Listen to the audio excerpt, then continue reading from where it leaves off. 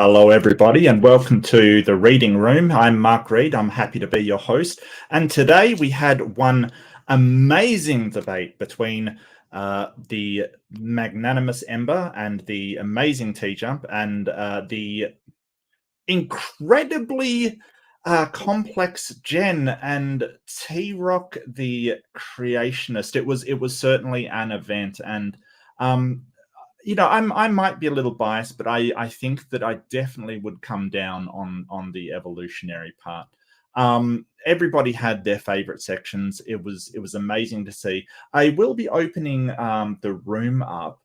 I might wait for Ember to get here. I'm not sure if TJump is arriving or not. He said he was hungry and had to get some food. I think that I will open it up with. So I didn't see the first part of the evolutionist opening, which was a shame. I really would have liked to see what they were presenting. So I definitely will watch that in future. But I sort of came in at the creationist opening, which didn't seem to have much going for it. The Mitspicky. Oh, of course, Jen. I sent you a link on Discord. Absolutely sent you a link on Discord. I'm not sure if you're still using the same Discord thing, but if you do want to join, I tell you what, I'll grab the link and I will put it up and we can get started. Actually, I'll just put it in and we can just get this thing rolling. Give me 1 second. Yeah, so I thought that it was an interesting discussion. I must admit there wasn't a great deal of delving into the specifics of science in it. Like there wasn't a huge amount of going into, chromosome 2 fusion or the sort of stuff I was kind of expecting. They didn't seem to have a lot at all. I really think that TRock got utterly distracted. I mean, he was talking about planetary formation at one point, which was kind of odd to me. Like, why talk about planetary formation and things like that? I don't understand how that relates to evolution at all. So maybe, T-Rock's, I don't have contact with him. If you do, Jen, I'm happy for him to come in. I've certainly have debated him before, so I'm more than happy for him to come into the chat. Yep. So this is the link to join. Anyone's welcome to join. I might get Jen in first and have a little bit of a discussion with her. But if you do want to join, just click the link, join through StreamYard, and I will have you in the back room ready to go. It's kind of first come, first served. So anybody that wants to join and ask questions, anybody that wants to talk about evolution, more than happy to have you on. And Jen, I love you. I completely disagree with you, but I love you.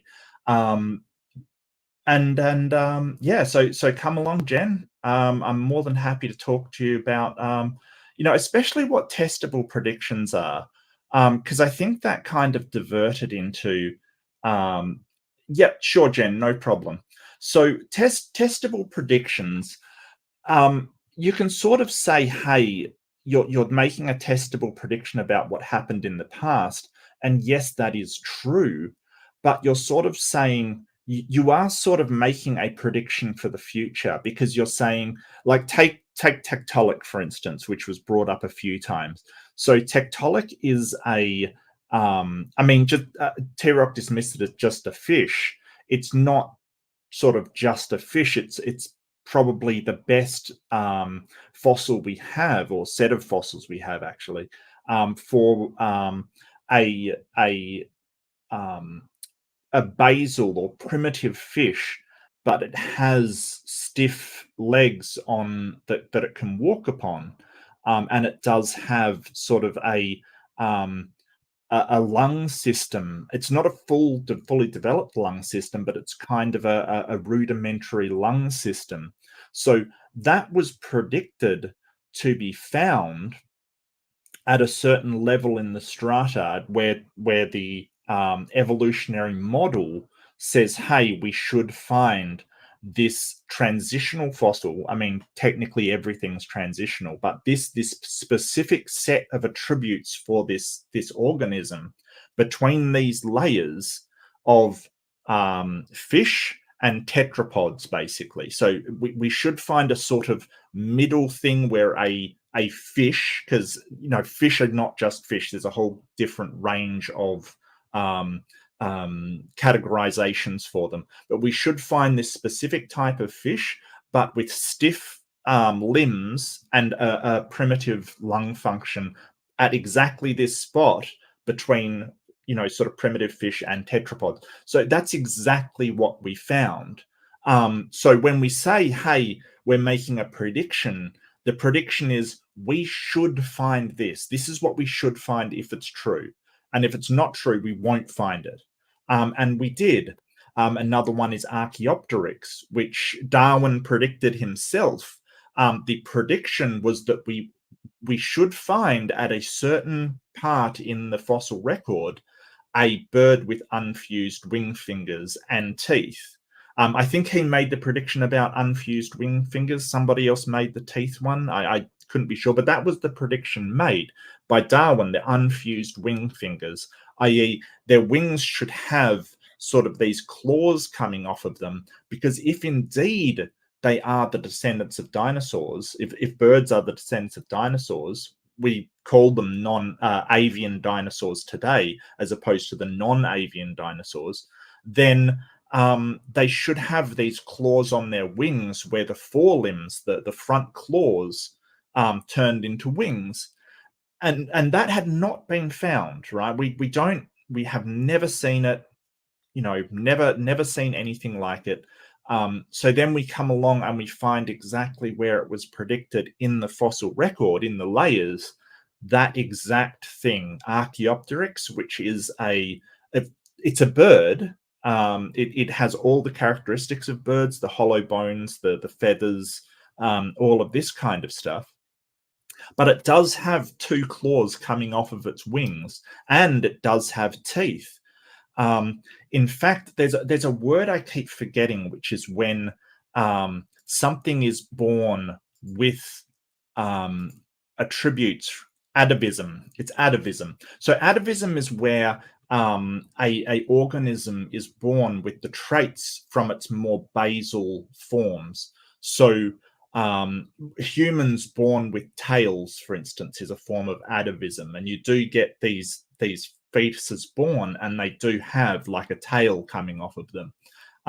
They used to parade them around in sort of freak shows and things as monkey boys and things like that. But it's an atavism. It's basically where something crops up, and birds will be born with rudimentary teeth.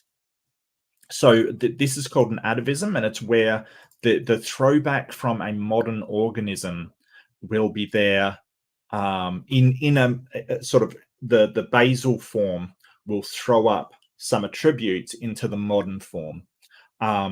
So this whole idea of predictions, expecting to find something, yes, that something was from the past, but the prediction is to find it in the future. And there's nothing wrong with that prediction. So I think that's where we're getting confused about, prediction is in the past kind of thing.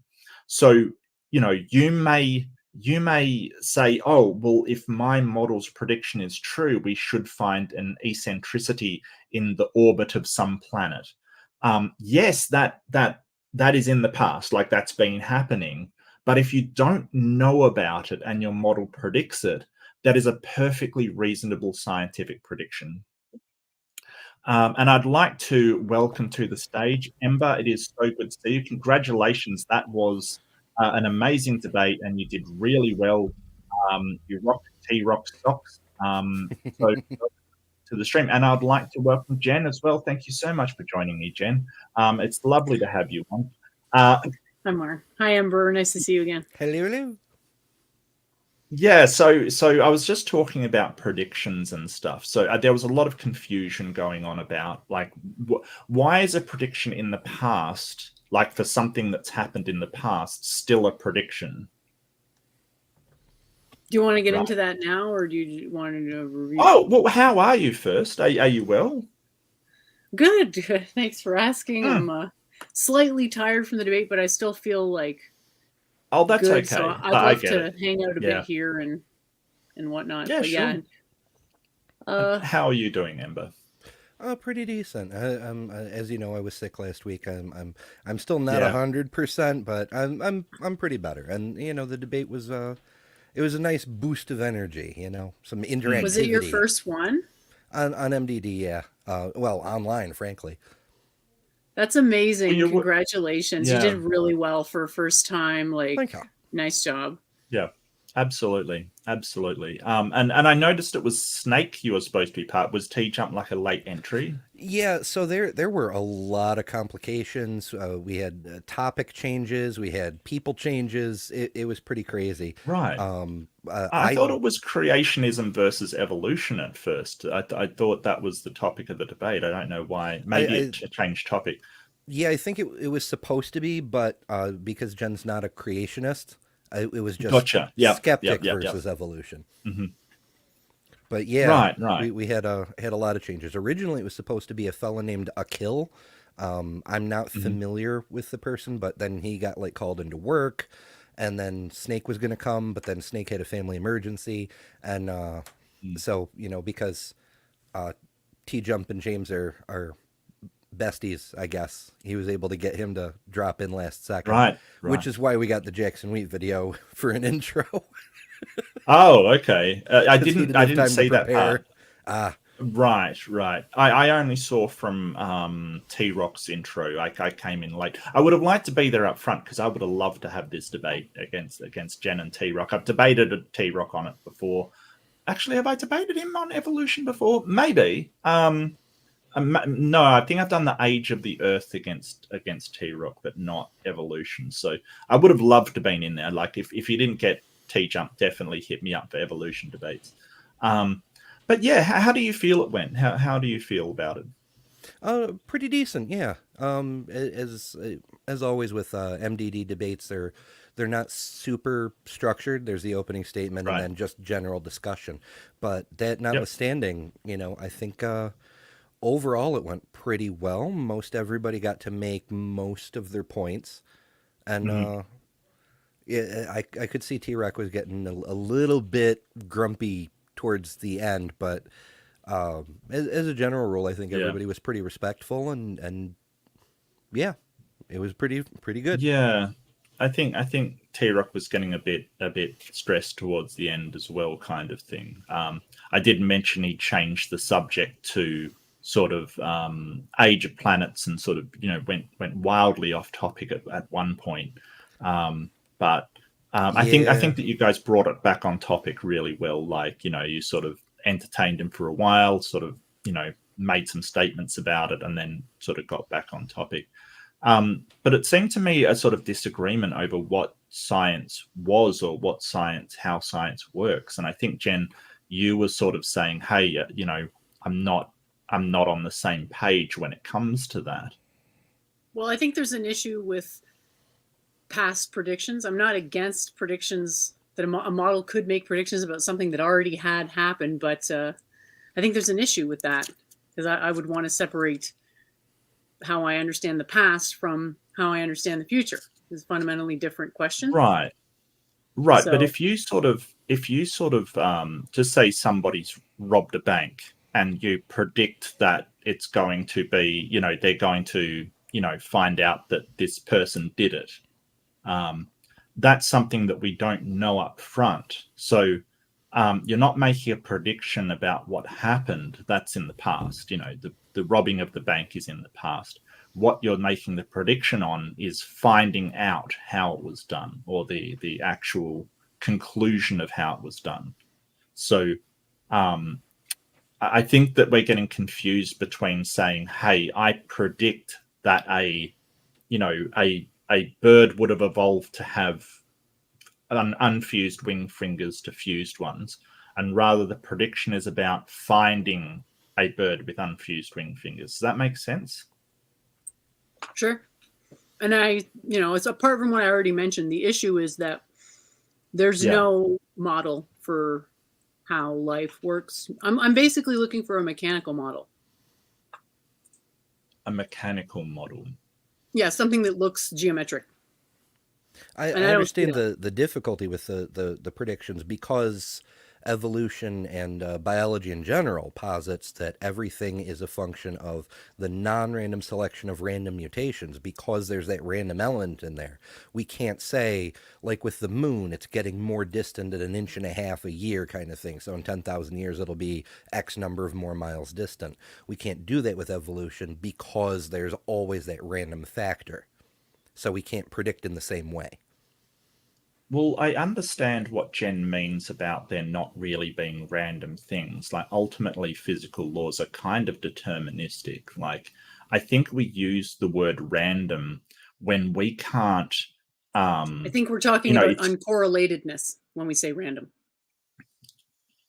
yeah, we can't determine the actual events because they are too complex, kind of thing. That's really what we're talking about, sort of random, as opposed to something that is truly arbitrary. You do coding, don't you, Jen? Oh, not very much. I'm familiar with Oh, computer are you algorithms aware and of stuff. what pseudo randomness is in computer code, like when you have pseudo random numbers? Sure. That doesn't Yeah. Yeah, establish so randomness, though. correct, yes, and I think the physical laws are like that. They're causal and deterministic in sort of practice, but we call them random because there is too many variables to possibly understand exactly how they occur. Yeah, So for all to an intents and extent. purposes, they're random. Well, I don't think to an extent. I think that if you monitor every single, movement of every atom, you could, predict how these things are going to turn out. I don't think they're 100% random, but the variables involved are so infinitely complex that we cannot possibly they for all intents and purposes they're random. There are a great number of mutations that are definitely caused by something that, if we only understood orders of magnitude deeper, they would be Right, which, absolutely predictable. yeah. I'm But that's taking not issue the before that in the only model. kind. I'm not even in So, agreement at that point. I understand what the model's okay. saying, but I don't even agree that. First of all, I don't agree in randomness, and second of all, the idea is that you have a bunch of mutations and only some of them are adaptive. I don't agree with that either because Right. I think that what drives evolution is the mind. So Okay, so choosing the conditions of better adaptation. Yeah, see, I cannot get behind that because that's like saying people choose to have cancer. And that just well, doesn't But again, compute. you're saying one that thing I you're want to equating your own subjectivity to the universal mind. They're not the same. right. That's what I wanted to focus on, because you're saying, Jen, that it's a universal mind of the universe. That the is it sort of like a monism, like the entire like panpsychism, isn't it? So um, the mind is a universality of everything that determines all of these sort of what we call natural laws and outcomes. Is that what? Am I getting that right? I don't want to misrepresent you at all. Yeah, it's a result of logic. So I think if you understand the logic, it'll be easier to see what I'm saying. Is that we're looking for the simplest way to explain something, and for most applications, the mind is traditionally considered a necessary condition for coherence. It's not the sole necessary condition because we have to build it up based on whatever it is the application is. But the general approach is that the mind is the causal agent. And Sure, this but is the the only universal mind. only way that you could argue that coherence is relative is if the mind of the universe understands itself, and I don't see any reason why the universe would be coherent about itself. It's not. Um, It's largely not. That's why we have different languages. If it were self-coherent, we literally wouldn't be able to not speak the same sure, language. sure, So we but don't that have but a self-coherence condition for matter itself. That's yeah, no, accurate. I understand that, but that could be explained by a mind that is not self-coherent. It could also be explained by just no mind, because something can't be Sure, coherent if there's no mind sure, there. sure. It's Um, just not in my system. Okay. I can see how someone could say that, but I feel that they haven't met the burden of proof. And I can totally see why someone would say that I haven't met the burden of proof either. And I probably haven't fully replaced evolutionary biology in terms of a model, which is what it might require. Though I'm more at the skeptical stage now and just deconstruction. Well, I guess the problem for me is that every single mind that I'm aware of, and I'm not saying that it's necessarily impossible that the universe has some sort of mind. It's just every single mind I'm aware of has a brain. It has. It wouldn't have a mind. It wouldn't have a mind. It would be a mind. So mind would be the way to describe it. So there's an infinity ways I can describe the universe.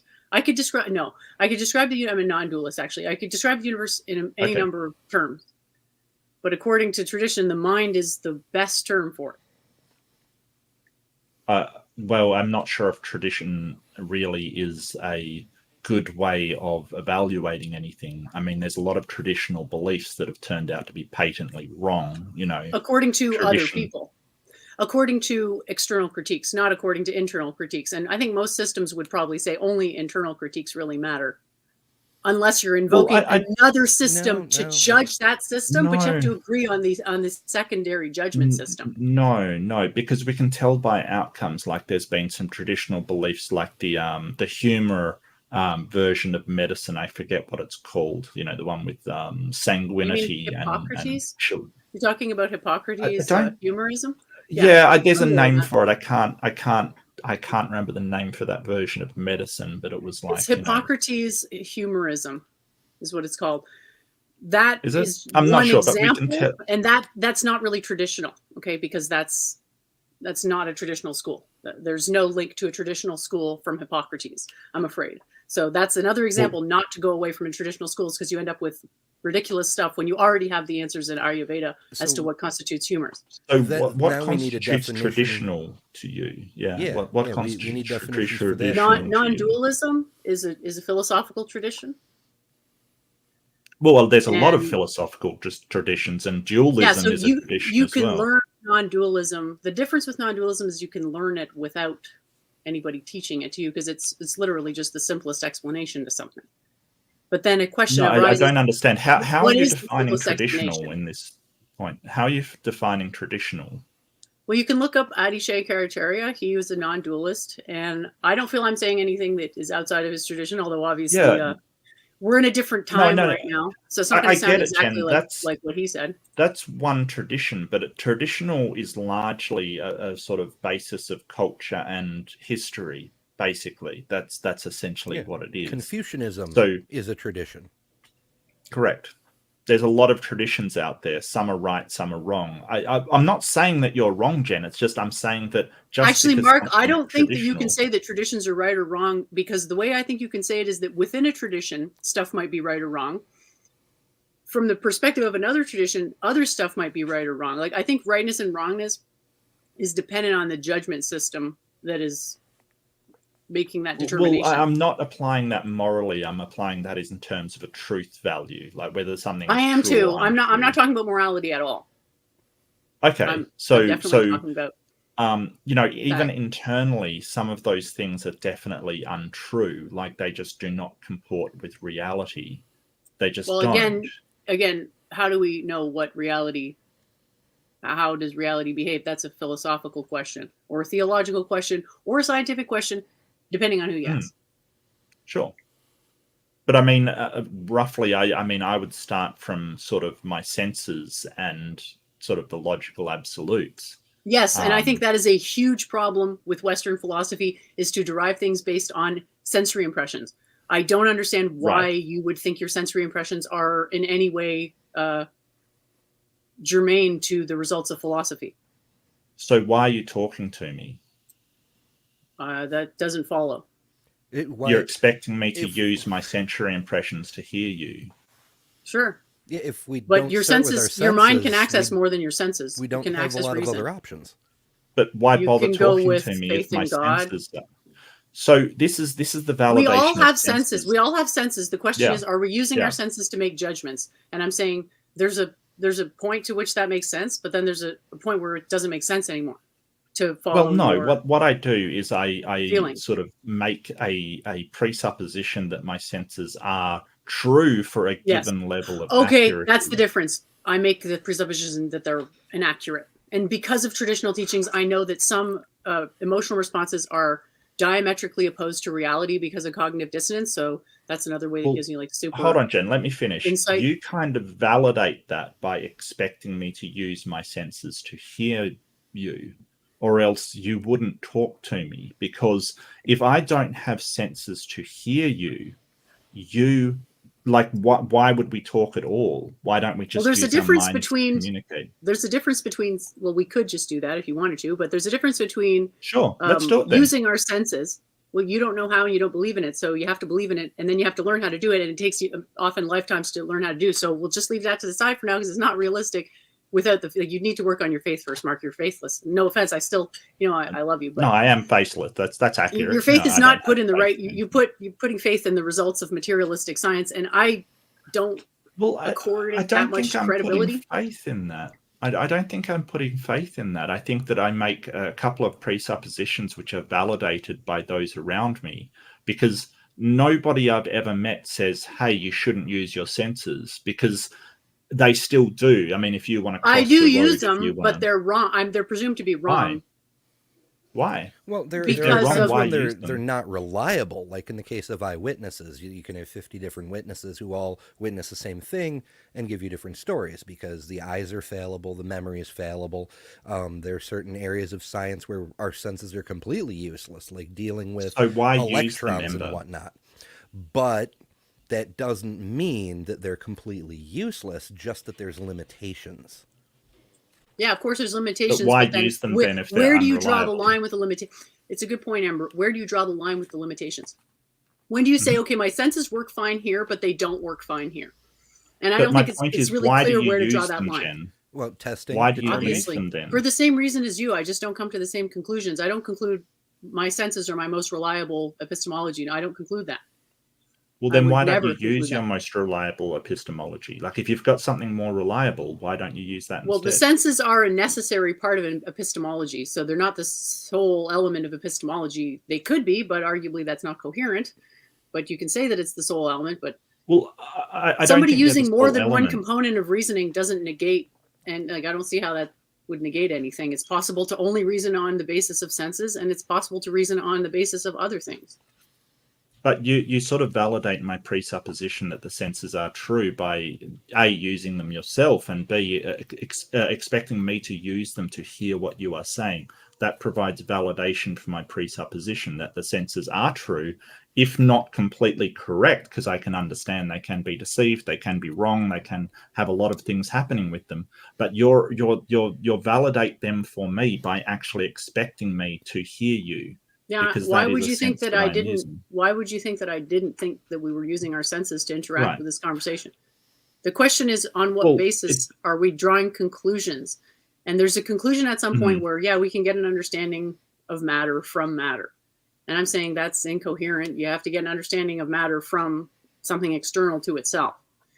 Well, And what that's you're mine. sort of establishing is the Munchausen trilemma, that everything leads back to either um, sort of dogged, sort of blind, dogmatic assertion, circular reasoning, or infinite regress. Sure. Those are the So three choices. I don't accept the premise of the Munchausen trilemma because I have a counterexample. Like I think consciousness is neither of the three horns. But let's just say I'm going to dabble in How what does it that thing is representing. how does it get outside of the Munchausen trilemma? If you're basically, so you start with your consciousness, your Because consciousness. I don't presuppose the creationist. I don't presuppose everything has a beginning. So the logic of the Munchausen trilemma is only true if everything has a beginning, which it isn't really the case. So, infinite regress is an option. Infinite regress is an option, and but that's also an that infinite if, regress of justifications, not an infinite regress of causes. yeah. So it's a bit different. But yeah, the biggest issue with that trilemma, I think, is that it hasn't been established that the problem with circular reasoning. And I could even say Well, no, all I reasoning don't. is circular. Well, yeah, So I I would just think say that nobody when can you get out of circular reasoning, and therefore prove to right, me why circular reasoning is a problem. It's not a problem. right, The problem is validation of the assertions, because yeah, there's no way to get out of the language. Like, how does the language relate to mhm. reality? That's kind of where So the I don't senses think that we are a can. form, like what I'm doing with the presupposition is a form of circular reasoning. It's saying, hey, I presuppose my senses then show me things that I can Well, validate, you but you have arguably to don't need to explain. presuppose your senses, though, because No, you you have do. empiricism. Well, You you don't do. need to presuppose that there's a perception. In my worldview, you Yeah, don't no, need to I presuppose that there's a don't. perception, because we can all agree that we have a perception. That's Well, my see, the worldview. thing is that I'm not necessarily a hard, sort of hard imperialist, empiricist. I think that solipsism kind of is that unanswerable question that you've got to account for. And so I have to presuppose my senses. I have to, because I can't use my senses to justify my senses. That's what empiricism basically does. Okay, so what? You That, in my view, could. there hasn't actually been any establishing that a justification means anything other than a description. So it's back to, Well, it's why should I care about this Well, description? it's just sort of, yeah, no, it's just sort of, well, okay, so that's why I rely on my senses, because I presuppose it, and then people around me justify it for me. So as long as we agree that the senses are describing the truth, if not 100% accurate, No, then we that would can be something we I can would go on. categorically disagree with that. The So senses don't that would describe the truth. mean, okay, that's fine. They don't describe the truth. So that would mean to me that what you say is meaningless. It becomes incoherent, and I shouldn't listen to it. Because if I was to Because accept you think that, I believe what I'm saying is Kind of incoherent, therefore you apropos. shouldn't listen to me. no, it's because you've just told me that the senses don't describe truth. And if It just what you're sounds like you're saying saying that isn't, sensuousness is a oh precondition well, for let me finish. coherence. Let me finish. Let me finish. So you're saying that your senses don't describe truth. If truth is what comports to reality, you're essentially saying to me that what you are saying I should consider not reality. So the question then becomes, why should I continue to listen to something that is not reality? You shouldn't listen to anything that isn't reality. Okay, then the But a conversation's lot of over, I people, guess. but the thing is, nobody can establish that what they're saying corresponds to reality. I'm just the one But you've telling you the just, truth about it. Everyone yeah, else is but lying, Mark. So you want the person who's how telling can you the that be truth, or you want the person who's lying to you because No, they because Okay, can't because okay. you stand the idea believe that it their doesn't senses make aren't it the real. truth. Just Well, like hold what it, we're saying, hold we it. believing it doesn't make that the truth. But let's go Yeah, from that's your right. perspective. You just told me that what my senses are hearing is not the truth. So when Define you truth. say, I am Define telling truth. you that that which comports Mark, with define reality, truth. Define that which truth. comports with reality, that Okay, which so comports with our reality. eyes can see what reality is. Then how come we need Yeah. a pinhole to generate an image? How come we need our eye to do all these modifications to the signal before we can recognize it? I Well, just point to the that eye, is, and I point to a pinhole camera, and I said, you know what a pinhole camera does? It inverts the image. And I have an eye, and it does the same thing. So that doesn't tell me there should be correspondence to reality. That tells me there should be at least one inversion. My model can account for that. Yours can't. well, hold on a second. I never said that it was an accurate sort of, I never Okay, said fine. If it you want was to go into 100% apologetics and accurate. But excuses, I that's think fine. that But it if you start does making excuses, that just tells me you describe lost. reality for a certain level of accuracy. That That you can't specify use what my that is. eyes, you're sort of getting away from my point. If you say that what my senses are observing is not the truth, and say that I am telling you the truth when you say that, then what you've said is I am telling you the truth, but that is not true because my senses are deceived. So that means I should ignore whatever you've got to say because That you've doesn't just mean that, told me it's actually. not true. That only means that in your Yep. incredibly limited Logically, that Aristotelian makes logic sense. worldview. Yeah, but Aristotelian logic is false. So what you're saying is actually something you should apply to everyone you've ever talked to, except me, because I'm the one who's capable of making the distinction between So appearance and reality. you And you're don't saying, think the I'm law of just going with identity is appearances. again? I'm only going to go with appearances. That's what you're saying. If you're just going to use your senses, you're only going with appearances. Appearances aren't reality. So you're going to be an expert in appearances. Correct. And I'm saying reality is what matters. Truth is about reality, not appearances. It's true that there are appearances in reality, but reality isn't appearances. it's reality. Well, I can never access sort of an ultimate reality, an absolute You don't know reality. You don't know that. Well, I can't seem to access it because I know Doesn't that my matter. senses are You're fallible. faithless, Mark. Using my You're not senses able to tend achieve to- anything theological when you're an atheist, because you have to believe in stuff for it to happen. I never even mentioned Step theology. one is believing. I Yeah, but never what you're mentioned describing- theology. What you're describing No, is a I'm not. theological Well, effect. No, I'm if- not. Yes. It's if you simply have Access philosophy. to absolute It's reality simply- is a theological thing. Only It's theology makes a simply claim philosophy. to absolute reality. Oh, so philosophy No, is no, no, making a no, claim no, to no, no, access no, to no, absolute no, reality? Jen, No. no. Didn't think I'll so. explain. So basically, because I have thoughts, something must exist. This is just basic philosophy. Something must exist. If something exists, then an absolute reality, as opposed to my apparent reality, exists. They may be exactly the same. This is simple solipsism. They may be exactly the same, but ultimately I've got no way of telling if they are the same or not. I might be a brain in a vat, but because thoughts exist, something must exist, and that something is an absolute reality. Sure. I'm not I don't claiming it's a disagree with god. that. I'm I don't not disagree claiming with it's a that. god. The claim was you can't get access to that absolute reality without theology, because only theology makes the claim that you can access that absolute reality. I never said I could. Right, and I can. So I have an epistemic edge on you, which you can either accept or reject. How can But- you Can how can assert you that. access that absolute reality? You're an unbeliever. And you're asking for theological information. So this is the part where I would Yeah. say So believe this goes first. down the Munchausen trilemma of dogmatic assertion, is what it falls into. So you've just Like evolution? Like evolution? No, no. Like materialism? No, that isn't I ultimate dogmatic actually would put it assertion. Like in randomness? the circular department, because if you have to believe before you can gain any of the knowledge from that aspect of reality, I'm happy to discuss it, Leo. Come on and I can talk to you about it. Sorry, Amber. yeah, You can probably have parts of it, but it would always be incomplete.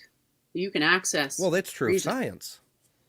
It'll That's always true of be almost incomplete. everything, Maybe. We're never going to have 100% knowledge on everything. Like it may never. Well, I mean, I say that I find it highly unlikely for that to ever happen, because of the way you would have to be in all places at once and observe everything at once. It seems ridiculous to say we'll have total knowledge of everything. Access to absolute reality, direct access to absolute reality, and all knowing everything. Those aren't the same.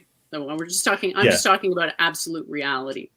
So yeah, so there you're is a going problem down in epistemology. dogmatic.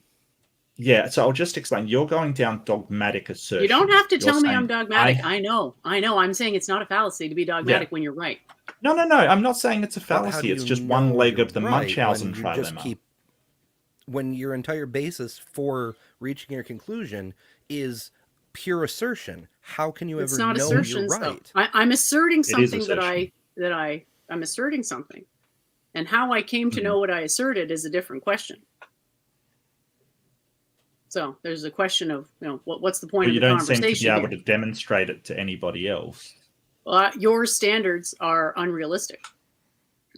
Aristotelian logic is an unrealistic standard because it presupposes that language conveys absolute meaning, which it does not.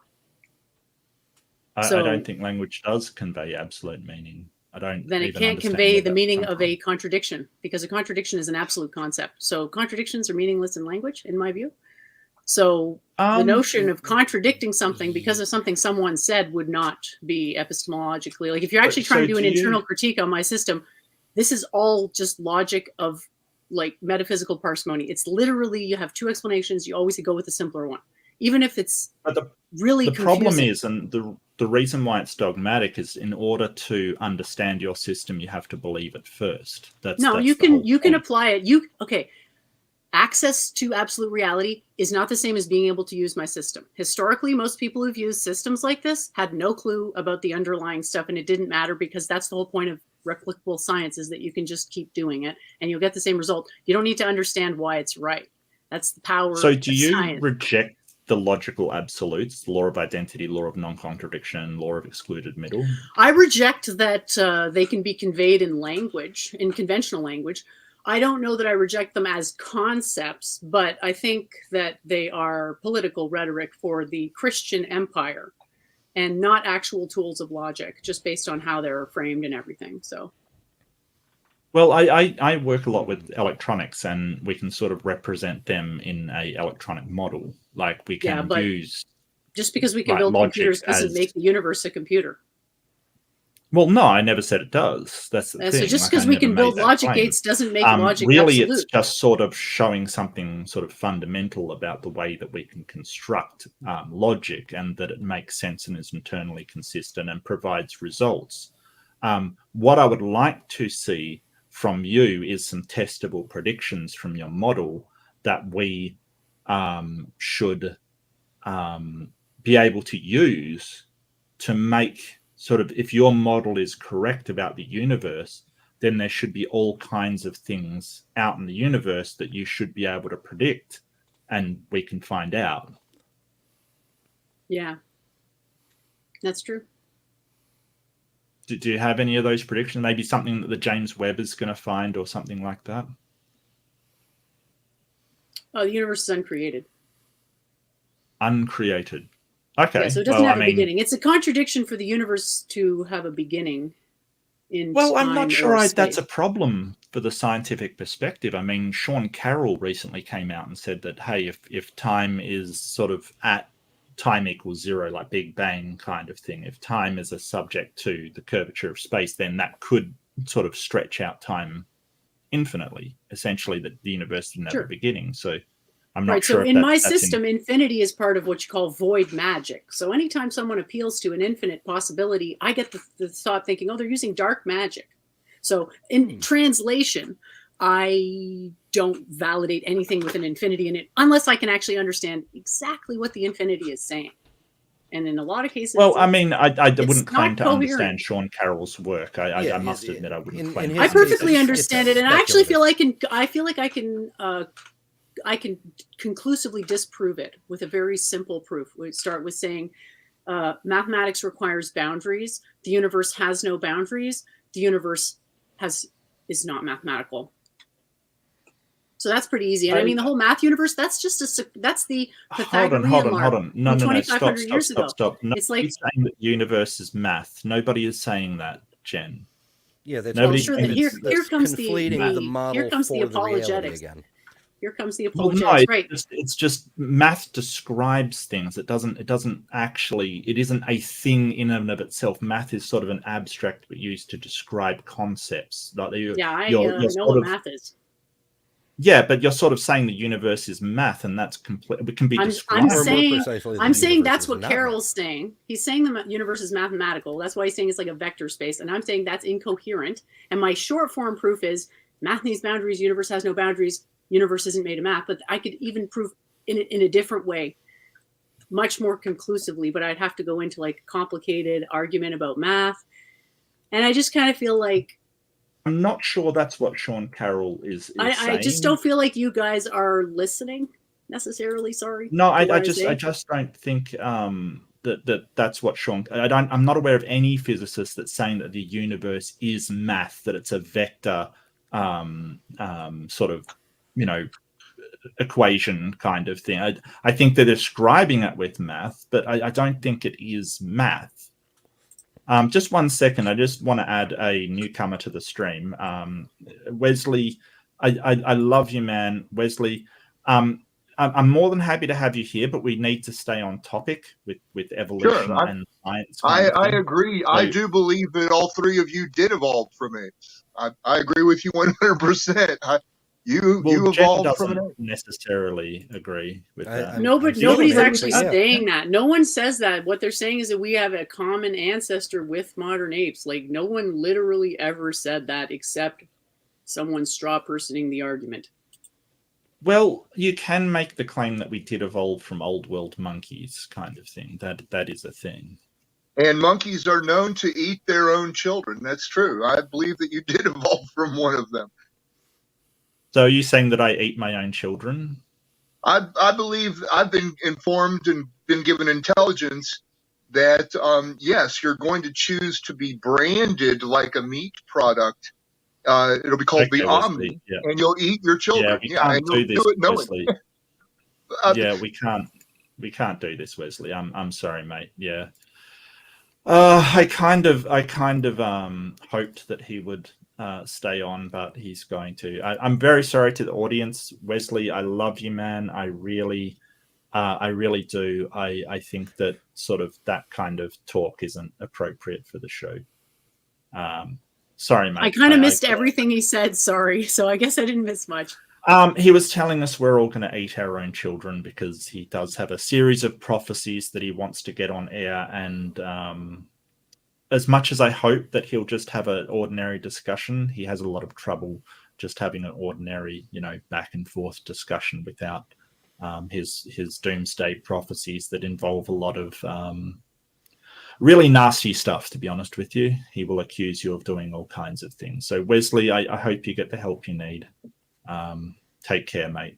Yeah.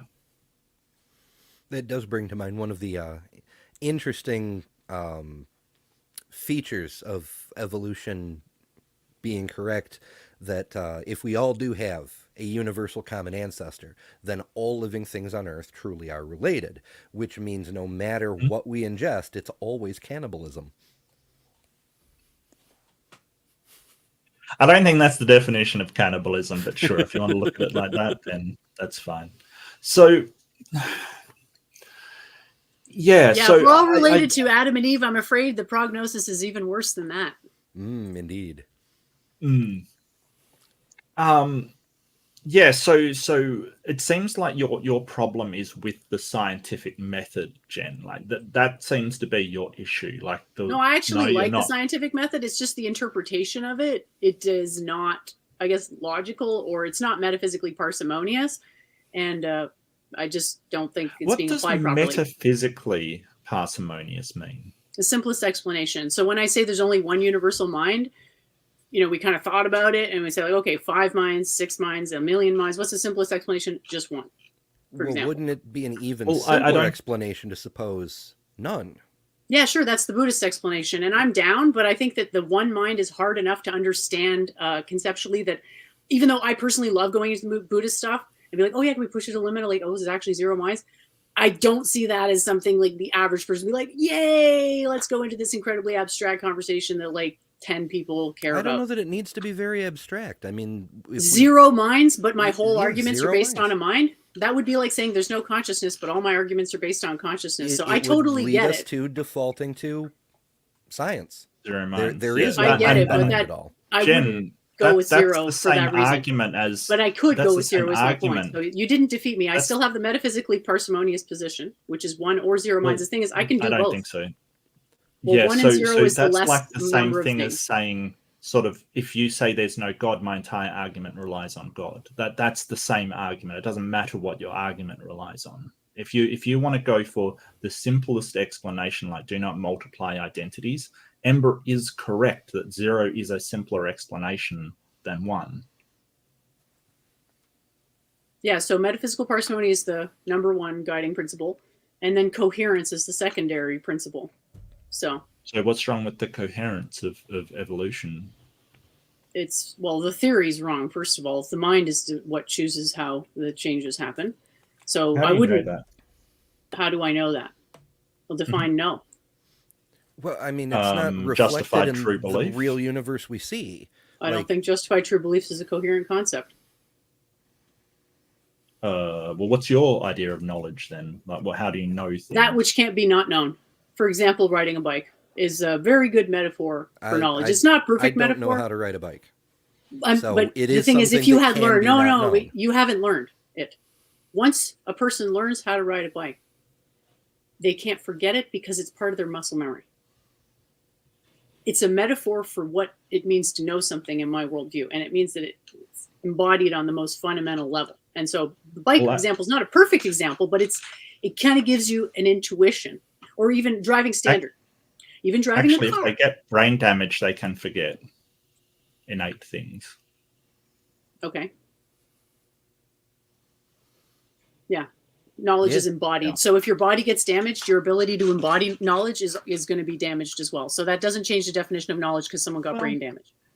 It's not more the brain than anything else, but because I you just won't don't think forget it's how a to very ride a workable bike. definition because there's so many exceptions that it basically applies to nothing. Exceptions to what? Knowledge being true in a The idea that correspondence knowledge sense? is only that which cannot not be known. Yeah, it's a very high bar, but that's why when I say knowledge, it actually means something rather than just some random crap I invented in a language that conveys nothing to justify something I have no intention of even questioning whatsoever. The problem with it's your not very definition of useful. knowledge is that it has knowledge in the definition. Like, that's sort of circular because you're saying that which cannot not be known. Yeah, Then it known raises meaning the embodied. question. Yeah, you can just say that which cannot not be embodied if you'd rather. So it's That sort of which like Knowledge is an not- embodied thing. Another thing you know is your personality. That's incoherent to me. That's absolutely You know your incoherent to personality. me. You know your personality because you can't not be you. But that means that, and I do apologize. There has been a couple of super chats come in. I'm very new to super chats, so I do apologize. But Congratulations, Mark, on the like, growth to your channel. Nice job. Oh, Always thank good to you, see. thank you. I really appreciate it. It really sprung up on me, surprised me. I was the last person to expect it, but Well, you know what? You've been appreciate putting all a the lot of work support from into it. everybody. You've been putting a lot of work Well, that's into it. true. You Well, I deserve don't it. know. I've been debating a lot, and I've put a lot of effort into the debates. I like to have really good presentations and things like that. It's been wonderful. So thank you, everybody. But Justin for $2 says, Jen, how is your argument not global solipsism? Solipsism is, I'll just reassert it, it's a claim that the mind is the only thing that can be known to exist. Okay, mind is all that can be known to exist. I don't deny that the mind is all that can be known to exist. I just would only favor an interpretation that accorded with the least action principle or lowest energy solution. So the fact that the mind is, it's actually, you can derive my system from solipsism. You say, okay, the mind is the only thing known to exist, or sorry, the self is the only thing known to exist. What is the self? It's everything. And or just one individual within everything. And then the question becomes, well, how does the individual reflect the everything else that's going on? And so we come up with logic because we know we can't get past our own perception. We just forget about even doing that and just come up with a pure logic to say, given our, restrictions as being finite entities, what are we actually able to understand in regards to how the universe came to be the way that it is? And that's where the logic comes in, like how many minds do you need to explain the universe? And we say you only really need one mind. And everyone is just a reflection of that one same mind.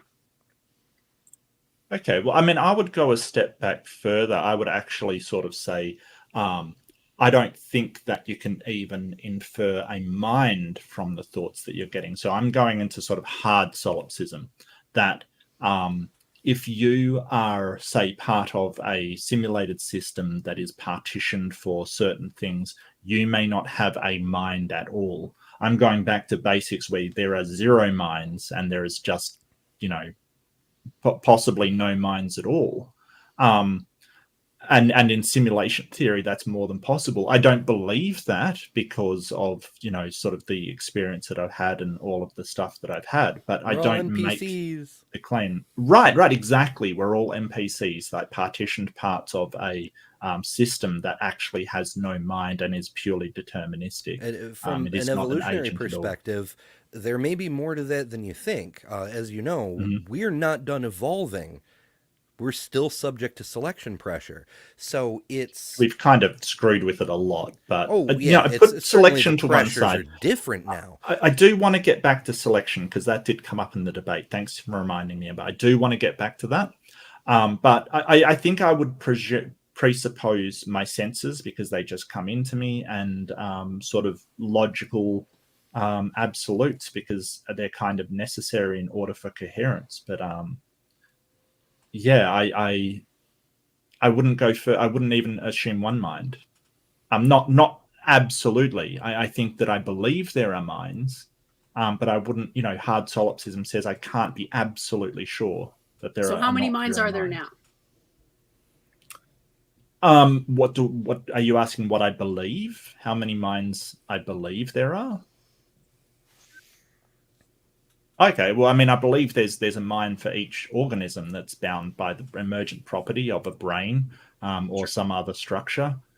So, Okay. I mean, it all depends on what you sort of categorizing as a mind in that case. Sort of. So, does a sort of organism with a primitive structure have a mind? It's really hard to say what makes up consciousness and what doesn't. But what it appears to be is a function of the nervous system and brain. The more complex the mind. So yeah, that's what I would think. Sure. So That's in what my I believe. system, that means you need to appeal to billions of minds, which is way less metaphysically parsimonious than just one. So your model, I mean, if you like it, you use it, it's fine, but you have a problem with, you can't really say anything about a Well, mind. Well, there's an Not advantage re- too. By having a plurality of minds, then we have the ability to self-examine and rule out incorrect assumptions and assessments and things. Like if you have only one true mind, if it makes a mistake, it will never know, because by definition a blind spot is something you're not aware of. But by having that's multiple true. minds, constantly, debating and battling each other, we can weed out the wrong stuff, the bad stuff, the stuff that makes no sense. I I must guess I admit don't that see it one like mind that. would definitely be more prone to error than multiple minds. The multiple Well, I'm minds going, working in but can you see tandem. how, according to my own logic, it makes sense? Because my criterion is metaphysical parsimony. Yeah. So if I'm If just you doing want to, philosophy without talking to anybody, my only consideration is metaphysical parsimony. When I go to no, actually no, no, talk to no, other people Jen, I about it, get it. I have to consider stuff like coherence, like is what I'm going to say even going to make Well, sense? So I get obviously, it, it's not but the you're sole you're kind of consideration. rejecting Western logic while doing so, and that's fine. You don't Well, you're have saying to. that everybody necessarily uses Western logic. I don't agree with that. Well, I I think don't that think they do. it's I think it's like it's not a I think it's coherent effective. concept. Well, I think it's effective. I think it's useful. I think It's effective at censoring people and abusing them, but I don't think it's really effective at getting to the truth. But you think so? What do you define as the truth? Correspondence to reality. So Okay, depending, and like definitions. you Yeah. cannot get to theological truths in a secular manner. So Well, yeah, I don't think that theological truth should be any different than any other truth in reality. you're Like, an I don't atheist, think there Mark. should be a You're an category atheist. for that. Should atheists Sure. have a vote about theological matters? Well, it is special pleading. It's like basically saying, well, there's a certain truth that you Nope. have to use a certain type of thinking in order to get to, which doesn't seem coherent. It seems to be an But you're the exception one to the making rule. that claim. You're claiming that I need to use Aristotelian logic. Otherwise, what I'm saying is it not going to make sense. Yeah. But I could say that for just about anything. I could say, hey, I reject your version of logic, and I'm going to use Radian logic to get to the conclusion of magical unicorns. And that's perfectly fine since But do you you really reject think that that that's a logic. good metaphor for what I just said? Yes. I don't think it is, because I gave you a perfectly good justification for my logic. Your logic doesn't have any justification. Mine is metaphysical Sure it parsimony. does. Remember, I just I've told you actually given a Radian One logic. criterion. could argue that That metaphysical doesn't have any parsimony condition. isn't No, no, There's no. a no I just condition justification did. to either. that. Radian logic. Like, There's you no can't condition to understand that. Radian logic, so You're just therefore you inventing stuff, cannot Mark. possibly say, You're not making sense, Mark. no, no, no. Please don't do that. It's No. disrespectful. I I have my spent own years logic. developing this. Mark, I spent years on this. You haven't done anything. You're It just doesn't coming matter up with how long you nonsense. spent developing it. It doesn't So matter here's how the long you question. spent Are developing either of it. you actually able to repeat what my argument was back to me? That Aristotelian logic is not necessarily correct. No, I'm talking about how I That's derive what I think about things. Are you talking about I the did metaphysical ask, but you parsimony? sort of said I have to believe it before I can actually understand it. So I couldn't actually get into it. That was to get to, again, absolute reality. But you got it right, Ember. Thank you. Yeah, that is right. So can you see why, according to my own logic, I'm right? Sorry, what was it? I do apologize. Metaphysical what was it? parsimony. Metaphysical parsimony. Metaphysical Simplicity parsimony. of necessary explanations.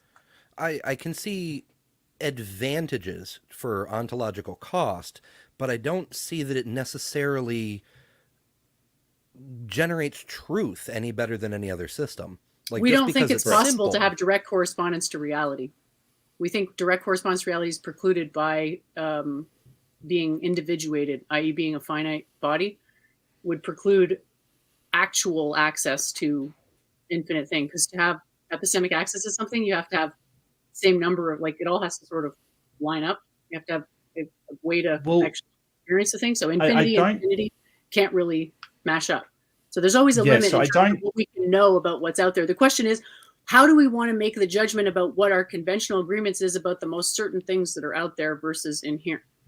Yeah, and I don't think parsimony gets you there. I think parsimony is a function of likelihood and not of actual certainty. So, Okay, well, why don't you tell me when what you think say, parsimony is? well, parsimony is taking sort of the most efficient solution, like sort of a Occam's razor kind of thing. So you don't multiply entities when coming up with any solution. There you go. But the problem there is that it doesn't, like, if you say, hey, it is more parsimonious that there's only one computer in the world, you can say that. However, that's not the reality of the situation. Like, it doesn't necessarily reflect truth, because there are necessary conditions that require there for entities to be multiplied. So Occam's razor, while it says, hey, always go for the simplest solution, it doesn't make that a certainty that that will get you to truth. Yeah, all it says is that even Occam's razor doesn't say always. Yes. It says all other things Correct. being equal, the simpler Correct. is more likely to be true. Yeah, absolutely. Just So another different super chat. systems. Go ahead. Sorry, go ahead, Jen. No, go ahead, Jen. I kind of lost my train of thought. I was saying, like, probably different systems define metaphysical parsimony differently. So I think in order to define such a concept, you have to already know what you are trying to get out of your model. So I want a model that predicts psychology, for example.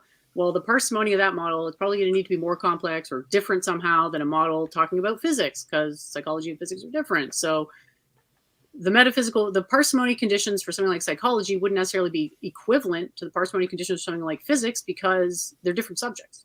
So that's kind of something I wanted to make clear. Okay. Yeah. So Tapioca Wiggle says, Mark, you should enable channel memberships. Yes, I'm working on it. I've got to.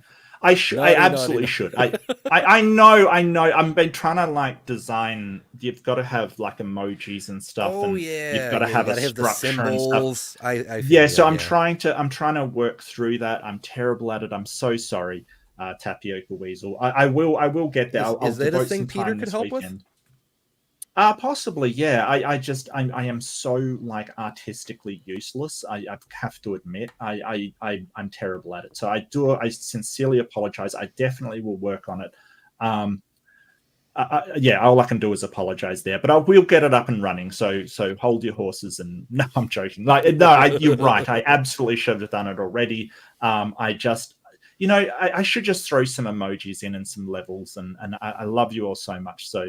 I will do that this weekend, I promise. Yeah, people need their fun-colored names. Yeah, some fun-colored names and some stars and some nice stuff for you guys. Jen, do you presuppose that you are correct? Says Justin for $2. Thanks, Justin. Well, it depends on what.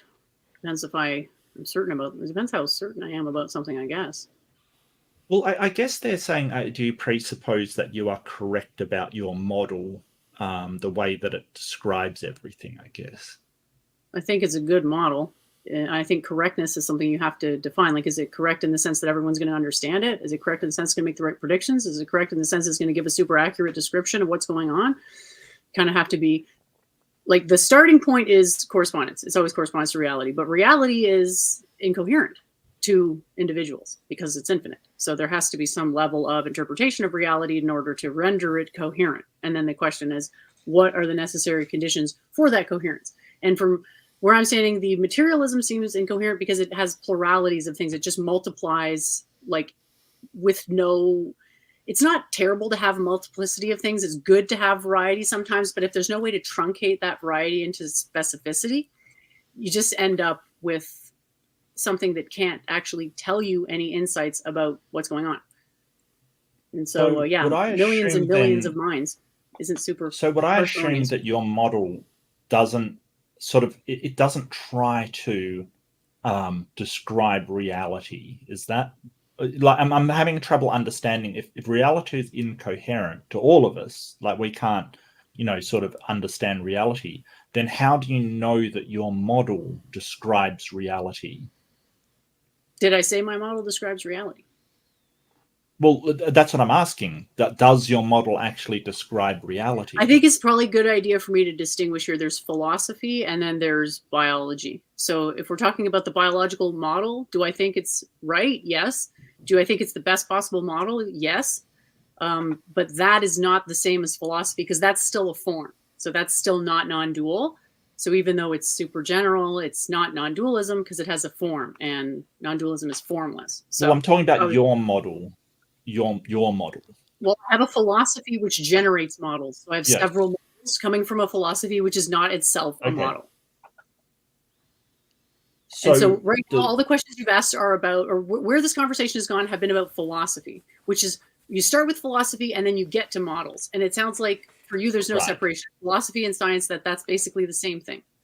No, definitely not. Definitely not, because I mean, science is about sort of that is built upon, and I mean, science isn't a model; it's a methodology. It's a way of building models, but that's different than philosophy, which sort of is concerned with the metaphysical rather than. I mean, science only investigates materialistic things; like it cannot investigate metaphysics, and that's not the fault of science. It just there's no way to present it in a materialistic way, and the problem is if you do try and use science to investigate the metaphysical, then all metaphysical claims are equal. Like there's no evidence for any of them, no evidence that we'd consider under science anyway. Sure. And I would say that because science comes from philosophy, that it necessarily has metaphysical elements, and that those are not optimum. Do you presuppose that your philosophy is correct? Yes. Okay, that's the question, I guess. I'm trying to understand which part. I think everyone does. There. Here's the thing. If you've ever used the Socratic method, you presupposed it's correct. Okay, it has no evidence that it does anything other than support a bias, and it helps with political control.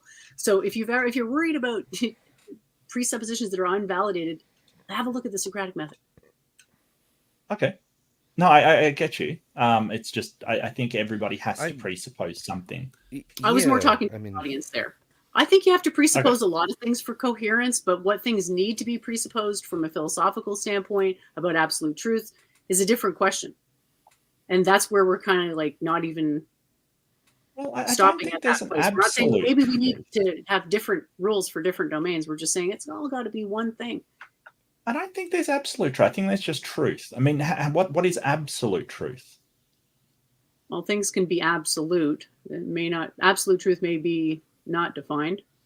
Well, I think it could be like very, very general things, like the surface of the sun is 5,500 degrees Kelvin. That's just a fact. It's a brute fact. And I think that's about as close as we can get to absolute truth. It's not an absolute, so not in my worldview. Okay. So an absolute would be like consciousness, for example, because it's epistemologically unavoidable. So anytime you try to do epistemology, you're running into consciousness. Therefore, it's a necessary condition. Have you ever read The Chronicles of Amber by Roger Zelazny? No, sorry. I haven't read random. Okay, Amber. No, tell us. What's the... There's a section in the book where the main character has to travel from one end of reality to the other. And in the very middle, there's this space that isn't really a space, and there's this crow that keeps following him around, that keeps talking about philosophy and the absolute and how mortal senses can't actually figure things out. And I'm very much reminded of that crow in this conversation. I didn't come up with this stuff. It's called the Two Truths Doctrine. You can easily look it up. It's part of Buddhism. I'm not a Buddhist, but you can easily look this up. It's a common tenet of Eastern philosophy, and that's why, is an issue in Western philosophy And because they don't make this distinction. Amber, what was the name of that book?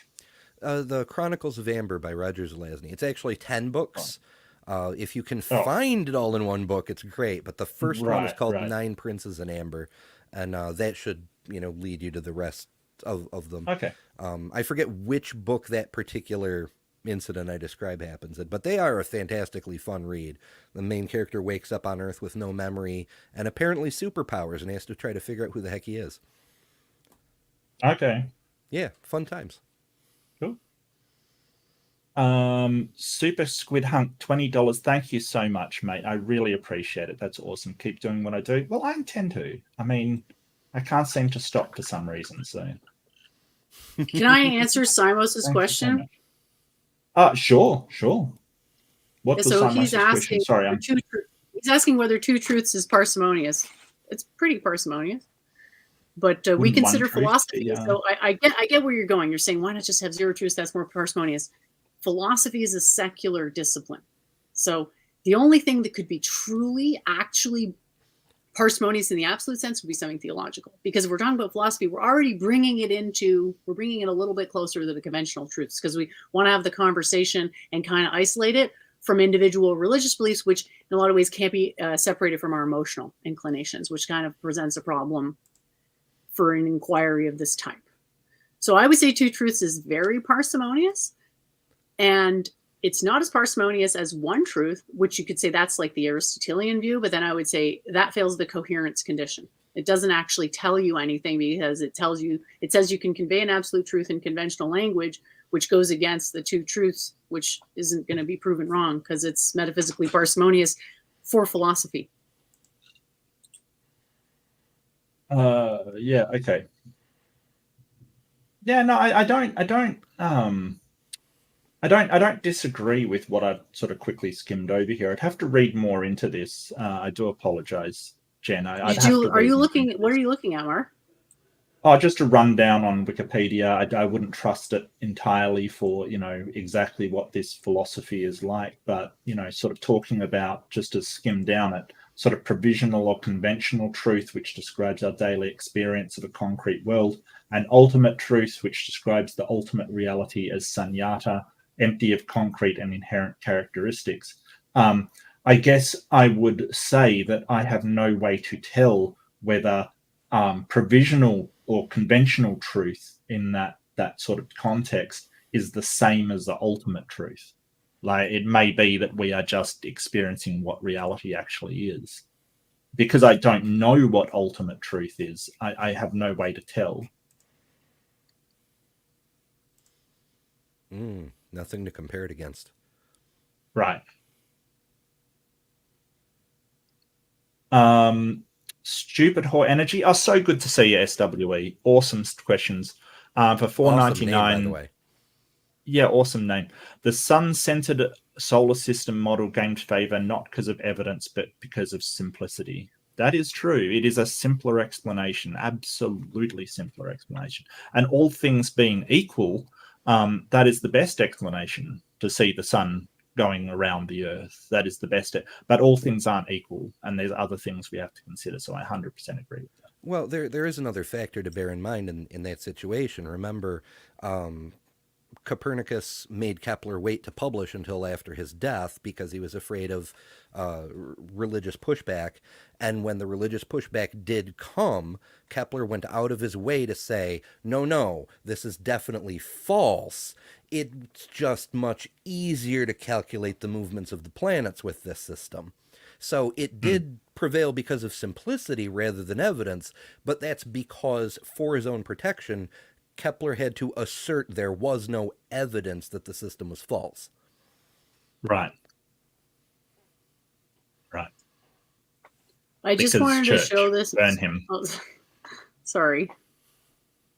That's okay. I think you're frozen, Jen. I'm not sure if that's StreamYard or you, but you seem very non-moving. How about now? Can you hear me? Okay, I think I'm we still can hear frozen. you. Yeah, I can hear you, but you're we can hear you though. You know what I think it is? Hear. I think it might be because I'm sharing my screen and my computer is just like, no, I can't take it anymore. It's tapping out basically. I just wanted to show real quick. Yeah. a metaphor. So keeping this, what Mark brought up before, like, why should I believe anything you say, is actually a good point. Like, we really should put a lot of, like, take what is said in natural language with a grain of salt, because you might not actually be inferring the right content from it. But anyway, the point with the two truths doctrine, I wanted to give an example. Temperature and thermometer is like, temperature is not actually really an absolute concept, because the rule is that absolute concepts can't be conveyed in natural language, and temperature is something in natural language, but it's a metaphor for an absolute concept. The difference between thermometer and temperature, okay, is a metaphor for the difference between absolute and or conventional concepts. I put relative there, but conventional is the same thing. So that's what the difference is. That it's kind of like, the relative stuff is where science comes in, and it doesn't really matter what it's made of. As long as you can come up with a predictive model that has verifiable results, then you're fine. It doesn't matter what the absolute truth is. But then when we're talking about something like evolution, which is not just about, it's very complicated, it's like about the entire history of life. The absolute concept will come into it and be more important the more complex something is. Okay. So, well, I don't necessarily disagree with any of this stuff. Like, I don't necessarily disagree at all, Jen. I think that, no matter how accurate your thermometer, that the temperature is going to be something that it won't 100% be able to measure, because they only get to a certain accuracy, and that it's almost like an ontological property, right? The temperature is sort of, there's an ontological temperature that we'll probably never find out exactly what it is. exactly. But I would kind of suggest that the more accurate the thermometer, the closer to that ontological truth you are going to come to. I would say that no matter how accurate the thermometer is, it doesn't actually tell you anything about the temperature. It tells you stuff about the thermometer. I think it can indicate, but there are definitely hard limits, even within that rough analogy. Like, it's recently come up a couple of times at various places on the YouTubes that there are temperatures lower than absolute zero. We simply cannot measure them, because once atoms stop moving, our thermometers are useless. Yeah, so I guess that's kind of maybe sheds light on some of my issues with the Western paradigm, is that there is no, I can't tell how to differentiate the absolute from the conventional truths, because I don't think it's framed that way. Well, I think that at a certain point, in order to live in the world, you've got to take these conventional truths. Like, if you're going out and you look at the thermometer, it might tell you whether you, what you wear, and it's very, very useful. Of course, it's not 100% accurate, because, I think we all agree it can't be absolutely accurate, but it is a good, reliable indicator of what the absolute truth is going to be. We do this a lot in statistical data analysis. Like, you'll never get the exact probability of, somebody preferring peanut butter to Vegemite. That's a bad thing. That's Australian. What else? Peanut butter to jam or whatever. Jelly, American jelly. Americans traditionally put the two together. Although I shut up, personally Amber. prefer. You're ruining my bacon. analogy here. Right, it's what I do, my friend. right. I'm really liking Ember. Ember's awesome, absolutely awesome. I did a stream with him a while ago. It was fantastic. Really great interaction. Ember is amazing. What was I saying? Oh, statistical data analysis, right? But we can't tell the exact probability of people that prefer jelly to peanut butter, or both together. Thank you, Ember. Both together, right? But, using statistics, we can kind of, the more sample size you have, the closer to that actual number you get, kind of thing. So if you have a sample size of 1, that's going to be wildly inaccurate. But if you have a sample size of, 10,000, it'll get more and more accurate. That's the law of statistics. So what do you think about that, Jen, sort of statistical data analysis? I think there's some value to statistical aggregation. Like, for example, if someone said, if I was going to study psychology and someone told me, like, I have a diaper fetish, it would be like, okay, if I generalize that to everyone, that'd be a problem.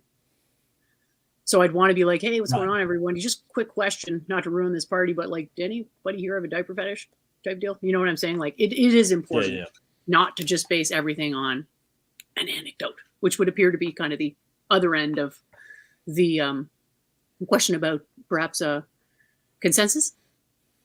I think there are very like quite important junctures to appeal to consensus for, but there are limitations to it because we are all going, since we're all human, we're all going to have the same class of perceptual illusions.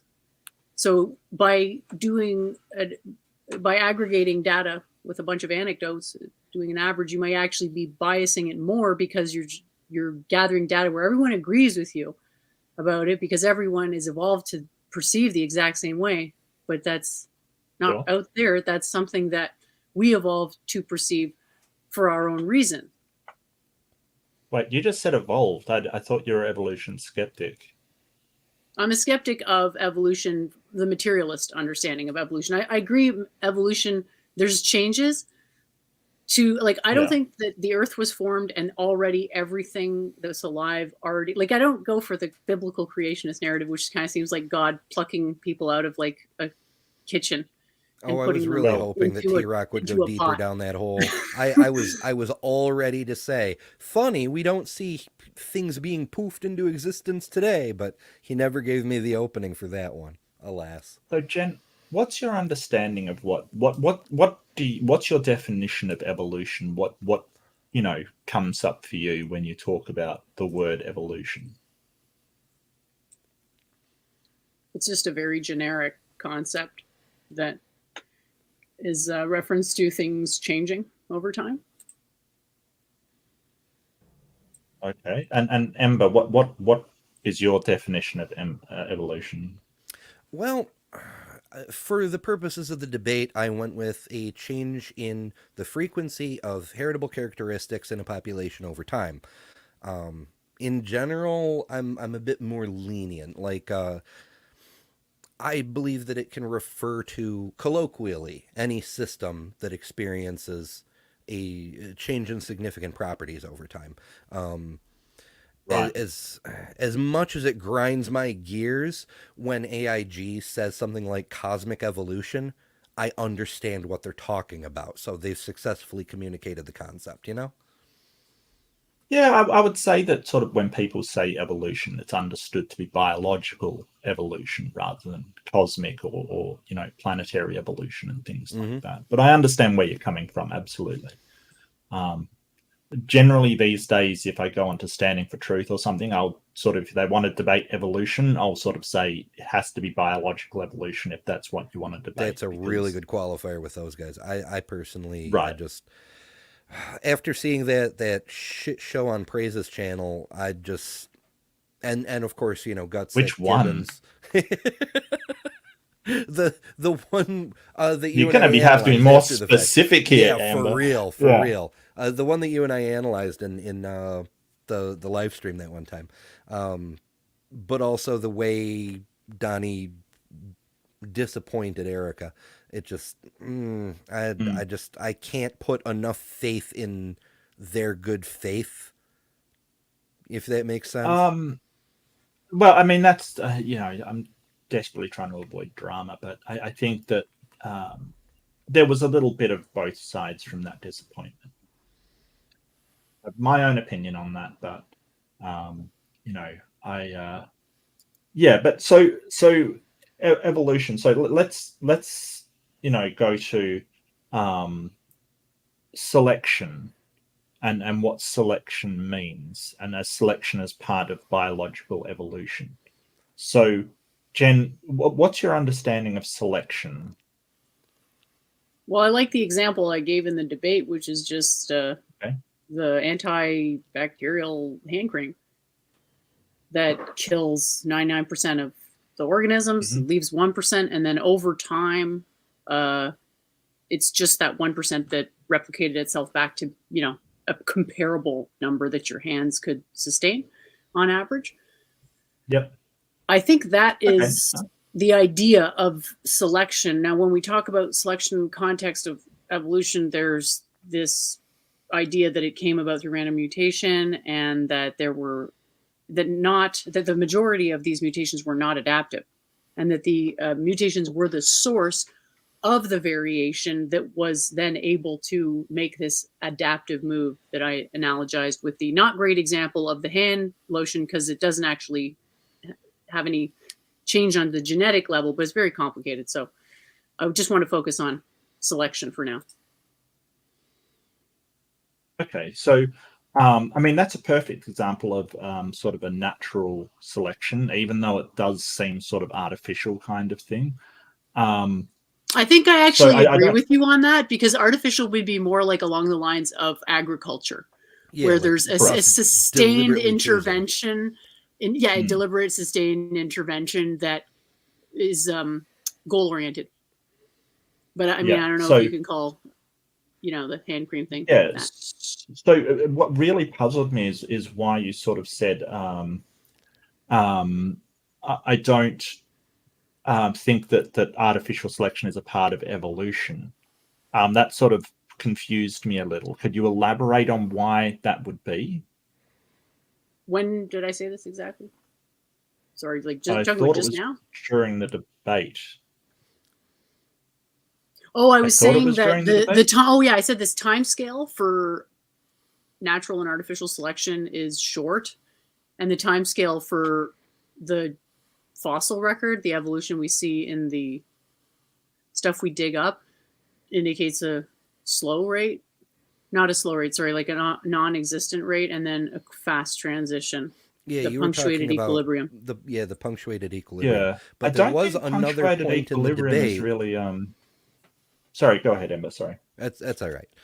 There was another point in the debate where there seemed to be some confusion as to whether natural selection counted as evolution, and it was confusing because nobody seemed to really understand how it could not. But it did come up. I just The thought, idea is that evolution is everything. Evolution is the whole process. So natural selection is a step in evolution, but you don't get the full mechanism of evolution until you have random mutation, mutation being adaptive, mutation replacing the population basically through its edge. That is more than just one event of selection. So that was the difference, that one was a subset of the other, I guess.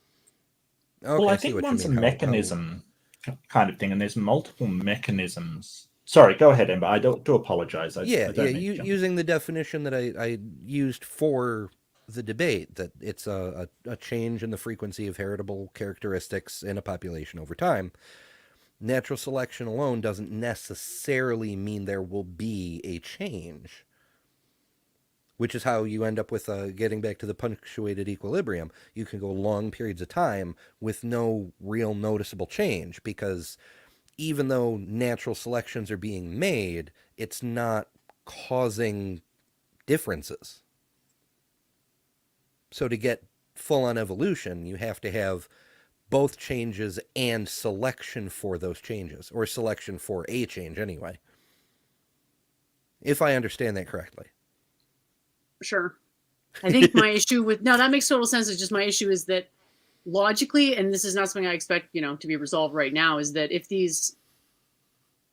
it's random mutation, that sort of says to me that it's a consistent rate because of something called law of averages. Well, that's No, not. sorry, it's the central limit theorem. According to the central limit theorem, since there's random changes in the genetic code, therefore these random changes are going to be happening on an ongoing basis, and I would expect to see that. And I guess I thought the idea was that the changes were gradual. Well, statistically speaking, most humans have somewhere between 200 to 300 unique mutations in each of us. But the thing of it is, most of them do absolutely nothing, so there's no selection pressure applied on them. It's only the rare thing, like lactose intolerance, right? That's the natural state of the human genome. People who are tolerant of lactose have a broken gene so that their system doesn't automatically shut down the production of lactase around the age of 5. Because we have a deleterious mutation, we gain an advantage in that we maintain the ability to be able to process lactose and therefore dairy products. But that's not a big enough deal that it makes for a significant selection advantage, which is why we haven't replaced the entire population of lactose intolerant people. That is rather interesting way to put it with the milk example, because it's a fun one.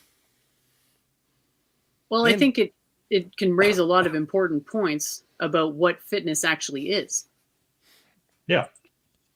So I think TRock had his idea of fitness was just baffling to me.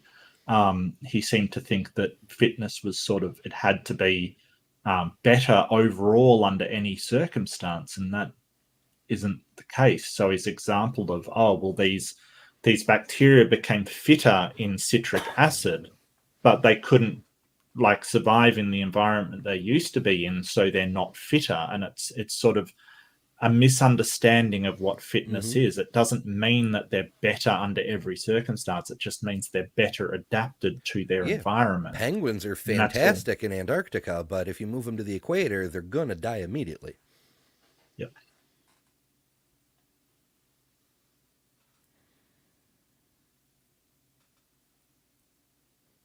So I guess I'd like to ask, what's like, so do you agree with TRock's like fitness sort of thing? Like, so probably not. Because like there's no death in my thing. Like the mind is immortal. So to try to make sense of things as though there was death is extremely hard for me to think about. So that makes me curious if everything is one mind, either our minds are an illusion or we're an aspect of the universal mind or something along those lines. Partitioned, yeah. But that makes me wonder about things that haven't reached this arbitrary level of self-awareness that we exist at. Like, what about a tree? Does a tree experience true death? And what about what comes after us, the future descendants of humans who have minds capable of cognition that make us look like trees? Would we not count, you know? Well, I think, you're asking about things counting. To me, it's two separate questions. There's what's the simplest way to explain it, and what's maybe the most satisfying way to understand it. Yeah, to Those my don't thinking, have to be the same. Our understanding is we are barely capable of asking coherent questions in a logical way about the universe, about reality, about existence. This is a brand new thing our species has just figured out how to do. We are the absolute worst thinkers of all possible thinkers the future might produce, assuming we don't destroy ourselves and cut off that development. So to call what we have a mind is a little grandiose in the grander scheme of things. We think of ourselves as the best, and maybe we are the best that's ever been, but we're dust on the shoes of the brains that are coming after us if we take care of this planet. I think that's a perfectly fine opinion, to be honest. I think skepticism is kind of important because your own confidence to yourself about what you believe is pretty darn important. And if you're afraid to be skeptical, well, you're going to undermine that certainty with yourself. So I don't really know if I have an answer, but I'm glad that you gave me something to think about, and I appreciate it. And I really should go more into detail about an actual model. Like, it's just so hard to explain. So these conversations really help me out a lot, actually, because it sounds like it, yeah. I have trouble relating to people in certain ways because I'm so, obsessed with focusing on physics. So it really helps that people are willing to hear me out. Thanks. Awesome. Oh no, our pleasure, Jen. I really want to thank you for coming to the after show. And I love you, Jen. We disagree on everything, but deep down I love you. So we can disagree and still be friends and stuff. I think there's too much of, oh well, you disagree with me, so you're dirt and I'm going to treat you like garbage. There's way too much of that sort of stuff going on. So yeah, you're always super respectful. I love that. And not always. I also, I can take my jokes. I don't think I know you well enough to say that I love you, but I generally try, I value alternative perspectives, particularly ones I have a very difficult time wrapping my head around because it stretches my own understanding of how things work. And so I appreciate that even if I don't agree or even necessarily really understand. Well, I think you've got to have people to challenge you. You've got to have people to say, "Hey, think outside of the box that you're in," kind of thing. I think that's a good thing. There's nothing wrong with that. That's fine. Although I do have to ask a question, Jen, and please excuse me. Can you explain the mouth to anus stretching? Because that fascinated me. I actually literally realized it like a couple days ago. I was like, "Oh my gosh, how did I not realize this yet?" Well, I know the first thing I would species that the anus develops first, right? So at one point you were nothing but an asshole. Like literally, that's what you were, kind of thing. And I know some of us are still there. That is such a good never joke. developed on that. I was just thinking that's a perfect joke. You could just totally. Okay, we got it. So that's actually support for my model. So where you would start out with what's called non-locality. So I've got my diagram shared here. So the shape is both metaphysical and physical. That's what's so potent about it. Is this? It's not on the screen, Mark. Do you mind sharing it? Oh yeah, sorry, my apologies. There we go. Thanks. So it's similar to, I don't know if anyone in the audience is aware of my quantum periodic table. It's similar to that, some very similar idea, which is a superposition of 3 plus 1. And so the idea is that, well, what exists is in some way just connected to 3 plus 1 inexorably. I'm not sure what you mean by 3 plus 1, but I do see that it's effectively a four-dimensional shape with a single surface. I appreciate that you can see that. Are you at all familiar with topology? Like map topology? Basically the figure 8 knot, I think it's called. Oh, like what most people call the infinity symbol. I know it has a proper name, but I don't know what it is. Well, it's a concept. Ouroboros, the snake swallowing its own tail. Is that what you're talking about? Sorry, I just caught infinity see if I can symbol. pull it up. It's not. It's the it's the figure 8 knot is what it's called. If you actually want to look it up, it's a concept in topology. You can make figure 8 knots IRL, but the topological one is self-connected. So normal knot is a rope. You tie it up, put it together. This one is a connected straw, a self-connected straw that is basically unbreakable. And this shape number 1 is its complement. So logically, did I lose anybody? Like maybe I should pull up like the original one. Yeah, anyway. Yada, yada, yada. All short form it is that number 1 is a geometric representation of dimensionality because there's 3 plus 1 dimensions. Is that kind of... Okay, I'm following you. I mean, I can see the 3 dimensions. Is time the 4th dimension? I mean... usually that's what we would call it. Again, words are kind of vague, but sure, time, space plus time, yeah, 3 space plus time. And that's the geometric representation of the domain of possibility allowed by the quantum state exclusion. And what does quantum state exclusion say? It's not possible to have 2 quantum systems in the same state. What does it mean for 2 systems to be in the same state? It means that they have 3 plus 1 in common. And so 3 plus 1 in common is the figure 8 knot. This shape here, number 1, is the complement of the figure 8 knot. So everywhere the knot is not. That's a bit more complicated, but there's a lot of explanations already on knot complements.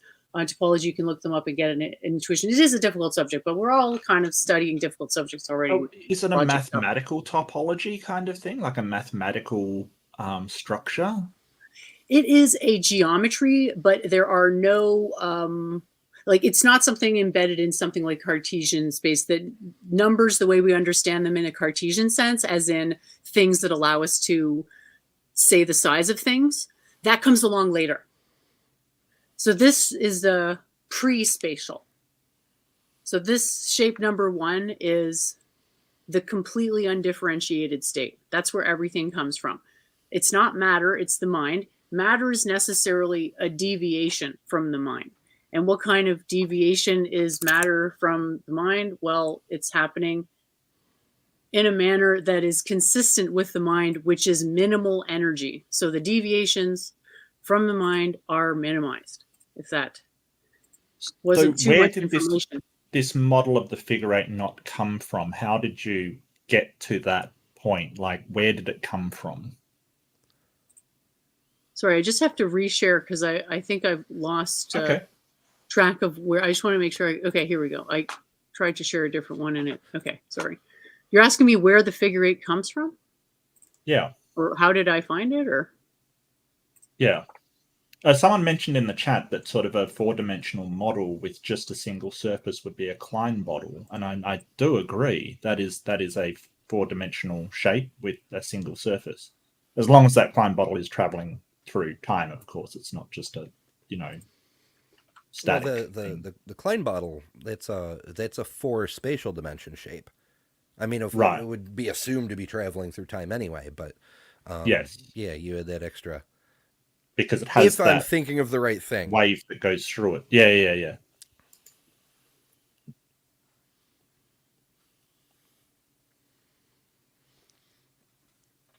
Oh, the balls, Jen, the balls. Yeah. I was about to share something else. But I gotta say. That's the quantum periodic table. So this is basically equivalent to this, except that this is the dualistic version of this one, number 1. So the periodic table is equivalent it's the dualistic aspect of the quantum mind. So yeah, I'm having trouble, I think, switching. For some reason, when I'm switching between them, it's not letting me do it. So I must be having trouble with like. Maybe it's the same effect as what froze up your camera earlier. It just doesn't want to change when it's in share mode. Maybe. Are you using Chrome? I know that it has problems on Firefox with all kinds of things. StreamYard does, so I highly recommend Chrome. I'm using Chrome right now. I think it might be. Okay. I had Discord on, so that might be it. I turned it off, and maybe it'll be easier because it might just be like hogging my. Oh, and just FYI, it's deuterosomes and protosomes, and deuterosomes develop arse first, and protosomes develop mouth first. So I had to look that up. I'm sorry. I just thought I'd share it. Sorry? I'm tired. I just realized that I can see the chat if I switch over to the chat tab. Oh. It's been a little while since I've been in somebody else's room, so I'm used to like having like the branding tab and the and being able to see the so yeah, I'm sorry if I ignored anybody. I just completely didn't realize I could see the comments. No, I'm sorry if I missed anybody as well. If somebody sent in a super chat and I missed it, definitely let me know. 100% let me know. So I certainly will do. And thank you all so much for doing that. Yeah, I'm still getting the hang of this, to be honest with you. Sort of, I don't run a lot of rooms, so this is good practice, good stuff. I'm so glad you all joined me. Yeah, it's been so. I thought it was a great debate. I honestly did. It was really fascinating.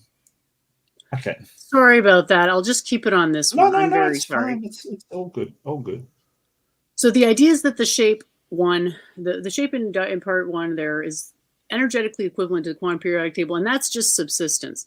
The periodic table, the information associated with the elements in the periodic table, the form of it is an unchanging thing. Like helium is helium forever kind of idea. The same thing with the complement. It's always the exact same shape. But matter, because it creates appearances, is able to create the appearance of a deviation from this shape. And that's what life is. The appearance. So if like, how do you access this? Like, how do you access this figure 8 knot to be able to tell that, in fact, the mind and the sort of ultimate truth is this figure 8 knot system? I wouldn't even say that it is the ultimate truth. Like, I think the ultimate truth, it has no form. But I think that this form is a good model for the world of appearances, where the absolute truth comes into being as something that we later call shared reality. So the idea is with, like, I think you're asking about maybe what predictions it makes, is that matter has intrinsic energy because of its mass. And so that energy is able to deviate the shape of the knot complement and hold that shape on a sustained basis. And that was where I was saying the spine comes out to provide the strength to keep that sustained separation, because naturally it just wants to be fully delocalized, which would be where... But I don't get how you know that it's the knot in particular that the shape is. Like, how do you know that? How do I know that 3 + 1 is the fundamental basis of the universe? Pretty hard to explain that. Well, I think it's more like why that particular knot shape and not a different manifestation, a different configuration, if you will. Right. Why not a Klein bottle or some well, it's other possible. It's topological? possible that topologically a Klein bottle, I don't want to say is equivalent, but a Klein bottle may not be that different from what I just haven't studied the Klein bottle. And even this stuff from the complement of the figure 8 knot, I got that from somebody else who happened to discover it using Wolfram Alpha. So I'm not like an expert on math, but I put a new screen share in because I was going to change. Oh, okay, sorry. I've got it at the figure 8 knot. So the significance of that shape is that it is the hyperbolic complement of the figure 8 knot. I'm in the wrong one here, sorry. This is the one you want. There you go. So has anyone seen this before? Nope. So it it's looks vaguely familiar. I think I tried to make a shape like this out of Play-Doh when somebody told me to try to make an infinite pretzel.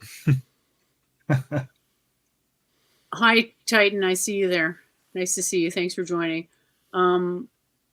This is not like you. This is actually pretty popular. The figure 8 knot is a pretty popular sailor's knot, I think.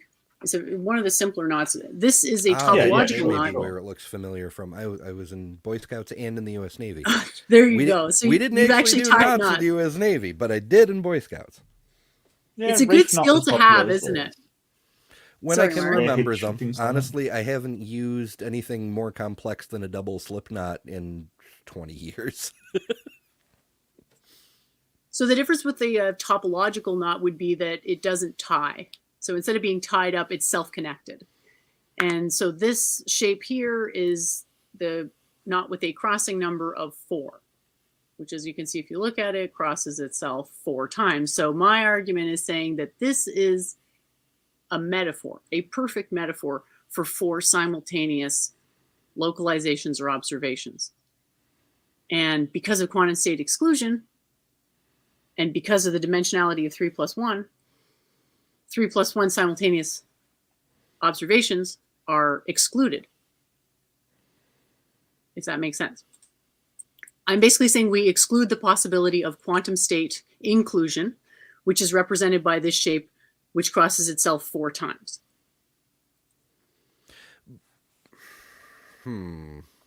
From that, we can say that because a shape is excluded, that its complement is included, because its geometry represents the total range of possibility. And so we come to the next shape, which is the 3 plus, it's still 3 plus 1. It's just the complement of this. So this is something you can look up. It's actually a very recent discovery in topology that some types of knots, I'm not an expert on this, but that they admit a hyperbolic decomposition. And that's a really important part of my model too, because of how math works with reality and how light affects measurement. Well, we've had a super chat come in from Justin. Thank you so much, Justin. $10 super chat. Jen, why not an acute hyperbolic solid with a finite volume and infinite surface, aka surface area, aka Gabriel's horn? This is just woo nonsense. It's like non-Euclidean geometry, therefore X, it's woo. Justin seems to know what he's talking about. I don't. Gabriel's horn. This is all new to me, I must admit. So I don't know a lot about it. Damn it, Titan. What is Gabriel's horn? Don't go exposing my secrets. It's a geometric figure that it's infinite surface area but finite volume. Yeah, so the idea is that the burden of proof would be on you to show how that is analogous to what we can empirically verify. Now I'm saying you can empirically verify this because we are this shape. We're just a particular deviation on it based on our evolution. We've evolved so much distance between our mouth and our anus due to how long our line of descent has been around for, and accumulating matter adapted to the goal of thermodynamic equilibrium. Well, there's a lot in that. Maybe I'm just getting too sleepy to follow, but it seems to like not check out.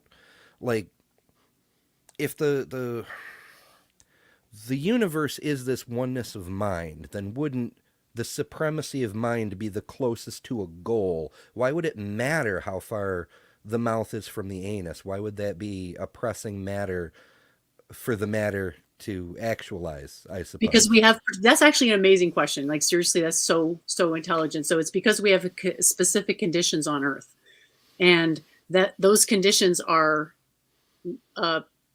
locking the water to the planet that would normally evaporate through the moon. So there is a condition imposed on the planet that drives this process of increased efficiency. And it's called Le Chatelier's principle, if you want to see the logic to that. Have you heard of this principle? No. How do you So spell the that? LE space CHA accent, triangle accent, TELIER. So in short, it's basically you have a system, a closed system, and then there's a change applied to it, from external change applied to it. The system will rearrange itself so as to minimize the net external effect of that change. So we are the components of the planet rearranging themselves so as to equalize the temperature as fast as possible. Why temperature? Why temperature? Yeah, why are we there to... I mean, I understand that when conditions change, we sort of change to effectively be efficient in that environment, but I don't understand what that's got to do with temperature primarily. Because the thermodynamic equilibrium is bringing two systems to the same temperature. And so what I'm saying is that what life does is it accelerates that process. I don't know that life could, because we're in an open system with constant energy input from the sun. Even with a planetary surface covered with living things, even if they worked in tandem, I don't think it would be possible to be able to account for all the energy we're taking in from the sun. We don't have anywhere near 100% efficiency, but we're more efficient than the moon, for example. It's relative degrees. It's not absolute. But you make a very good but point. I don't think Earth is necessarily a closed system either. We lose a tiny bit of atmosphere into space. It's not perfectly closed. The idea is that there is a net amount of heat coming in from the sun at all times. What the biome is doing is minimizing the effect of the sun. And part of life came about to do that more effectively. And the more things go on, one thing I can be sure about is that we'll be even more effective at equalizing the temperature. I Yeah, I don't think life is there to equalize the temperature. I think it's more don't likely think that's that the life case. exists because there's an energy gradient, and so life developed the way it did anyway, in order to try to capitalize on that, to take advantage of it.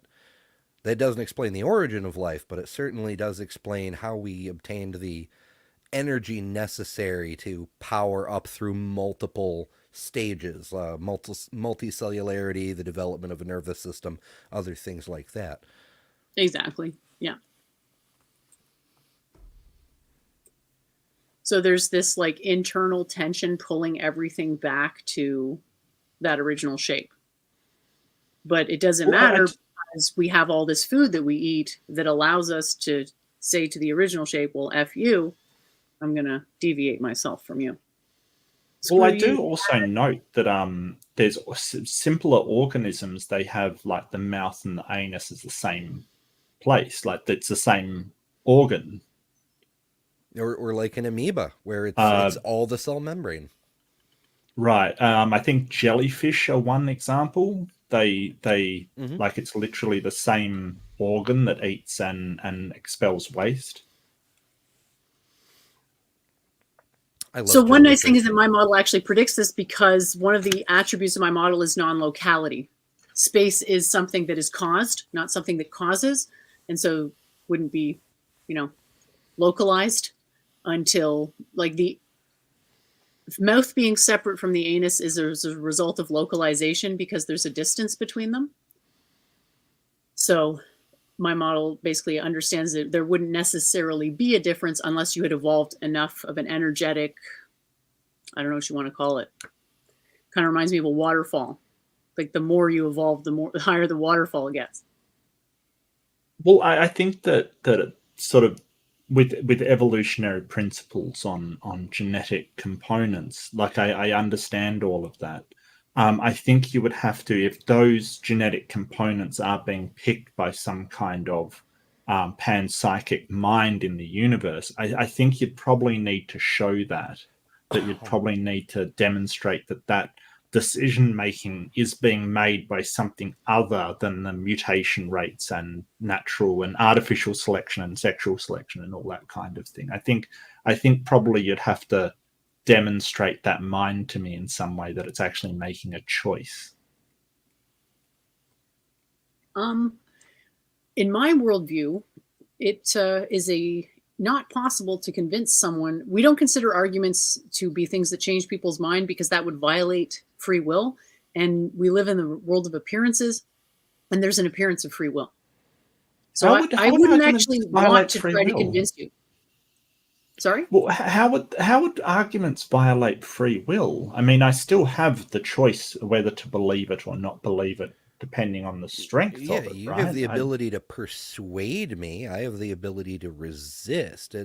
There's no deprivation of will if I'm legitimately convinced. You're not forcing me to accept anything. Yeah, I think the way it works is that by presenting it, you're presupposing that you could convince someone, and that's the fallacy. I'm not sure. The thing is that the way I look at it is, to me, arguments that I make arguments all the time, love syllogisms, love logic, blah, blah, but I see them as like things that people who already agree with me would want to read just to not freshen up, but I don't know. You ever dip into a book that makes you feel good for no other reason than it's just reassuring? Mm-hmm. That's the role. Yeah, sure. I have another recommendation for everybody. Dungeon Crawler Carl by Matt Dinneman. It's a stupid book. Aliens come and just flatten every building on the earth and then construct a dungeon out of it. And then humans have to try to run through the dungeon to amuse the aliens to try to survive. It's completely fucking pointless, but it's great. I enjoyed it. I'm going to make a book recommendation as anything by Terry Pratchett because it makes me laugh and it has lots of puns and stupid jokes in it. Rest in peace, Terry Pratchett. What a guy. So I guess I'm fine to give the argument, but I don't want you to feel like I'm trying to convince you necessarily. Look, I would be Jen, happier if we just understood each other a little better. Well, just because you entertain an argument doesn't mean that you have to believe that argument is in fact true. Like I can entertain Like, I mean, I've talked to people who make the arguments about, rocks are the ancient organs of giants that used to roam the earth, kind of thing, and they can argue for it all they want. I can entertain that idea. I can sort of go, okay, well, let's look at it as an internal critique and all that kind of stuff. Doesn't mean I have to accept it. Yeah, it goes If to they present the root idea, that old idea about the definition of intelligence being able to take an idea into your head without believing it. You can accept the proposition without investing into it, if that makes sense. I'm very tired. I don't think I'm everyone can mangling do things. that. I don't think everyone can do that. I think it takes I think it's actually possible, but like it takes a lot of effort. Well, sure, do yeah, that. absolutely. It takes a lot of effort. I think that if you're going to give people, if you're going to talk to them, you should at least entertain what they've got to say, even if you don't necessarily believe it. I think I do that a lot. I can entertain the idea of a god or of a giants in the past or whatever the idea is. It doesn't get me any closer to believing it, but I can at least entertain and go through, well, if there was giants in the past, this is what we'd expect, and this is how they would function. Sure, steady state model from the physics side of things. And a big thank you to Theros Rex for $5. Big physics and math make brain hurt. Wish to return to monkey. Monkey's in chat for Theros Rex. I just want to say something is like I get like I'm sad when people don't understand and everything, and I just want to say that like I don't understand. And part of using this technology is it's just logic. You don't feel like you understand it when you use it. It's really cool actually, because like at first it's like, oh my god, I can use something without understanding it. But then after you're like, wow, the result is amazing. So I know at some point, I feel at some point you guys will, and everybody around will, come to this conclusion independently. But I don't think that I can persuade you to that point. Well, I mean, if you don't put these arguments out, who's going to? Like if nobody ever put out the idea that the Earth revolves around the sun, how would we have come to that conclusion if nobody ever mentioned it, even though it's overwhelmingly obvious now, kind of thing? I think that somebody has to put it out, but that doesn't necessarily mean you're going to change my mind. I think that I can sort of entertain it without saying, hey, yeah, I definitely believe it. I can sort of say, hey, what? And I must admit, there is a certain practicality to what I believe. Like the way that I believe in the scientific model is because it kind of gets me results, like it gives me things that I can use. So there is a certain pragmatism about using sort of the Aristotelian method, the Aristotelian logic and the scientific method to kind of produce, like the internet we're talking on, or, the phone that I use and the car that I drive kind of thing. I think there's a practicality to it. I agree. My method is highly impractical.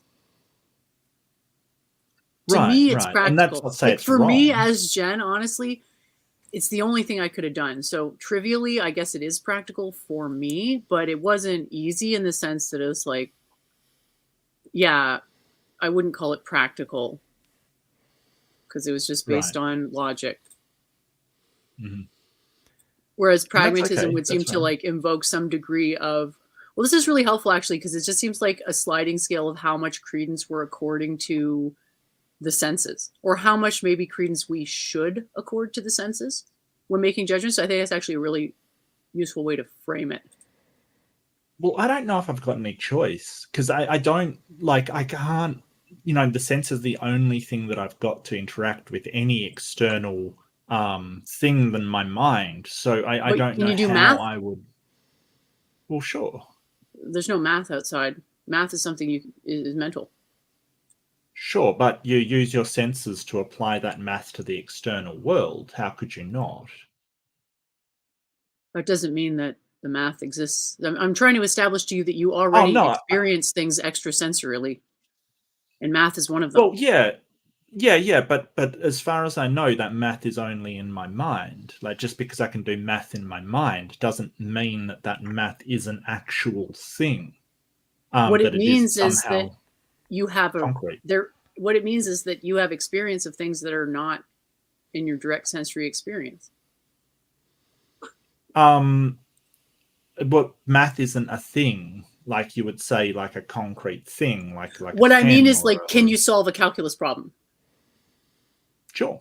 So you can think math, even though it absolutely does not. Math's an abstract. We It's can not think a in thing. English too, but Sure. it's just an abstract communication tool. I'm just trying to establish doubt on the position that everything we know is from the senses, because the mind judges the result of the senses. So there's a combo of mind plus senses. Obviously, the senses are something. Yeah, they're not nothing. Be an analysis in the process. Like, our other senses, like our sense of hunger, our sense of time, our sense of tiredness, in my case. There's a very long list. There's way more than 5 senses.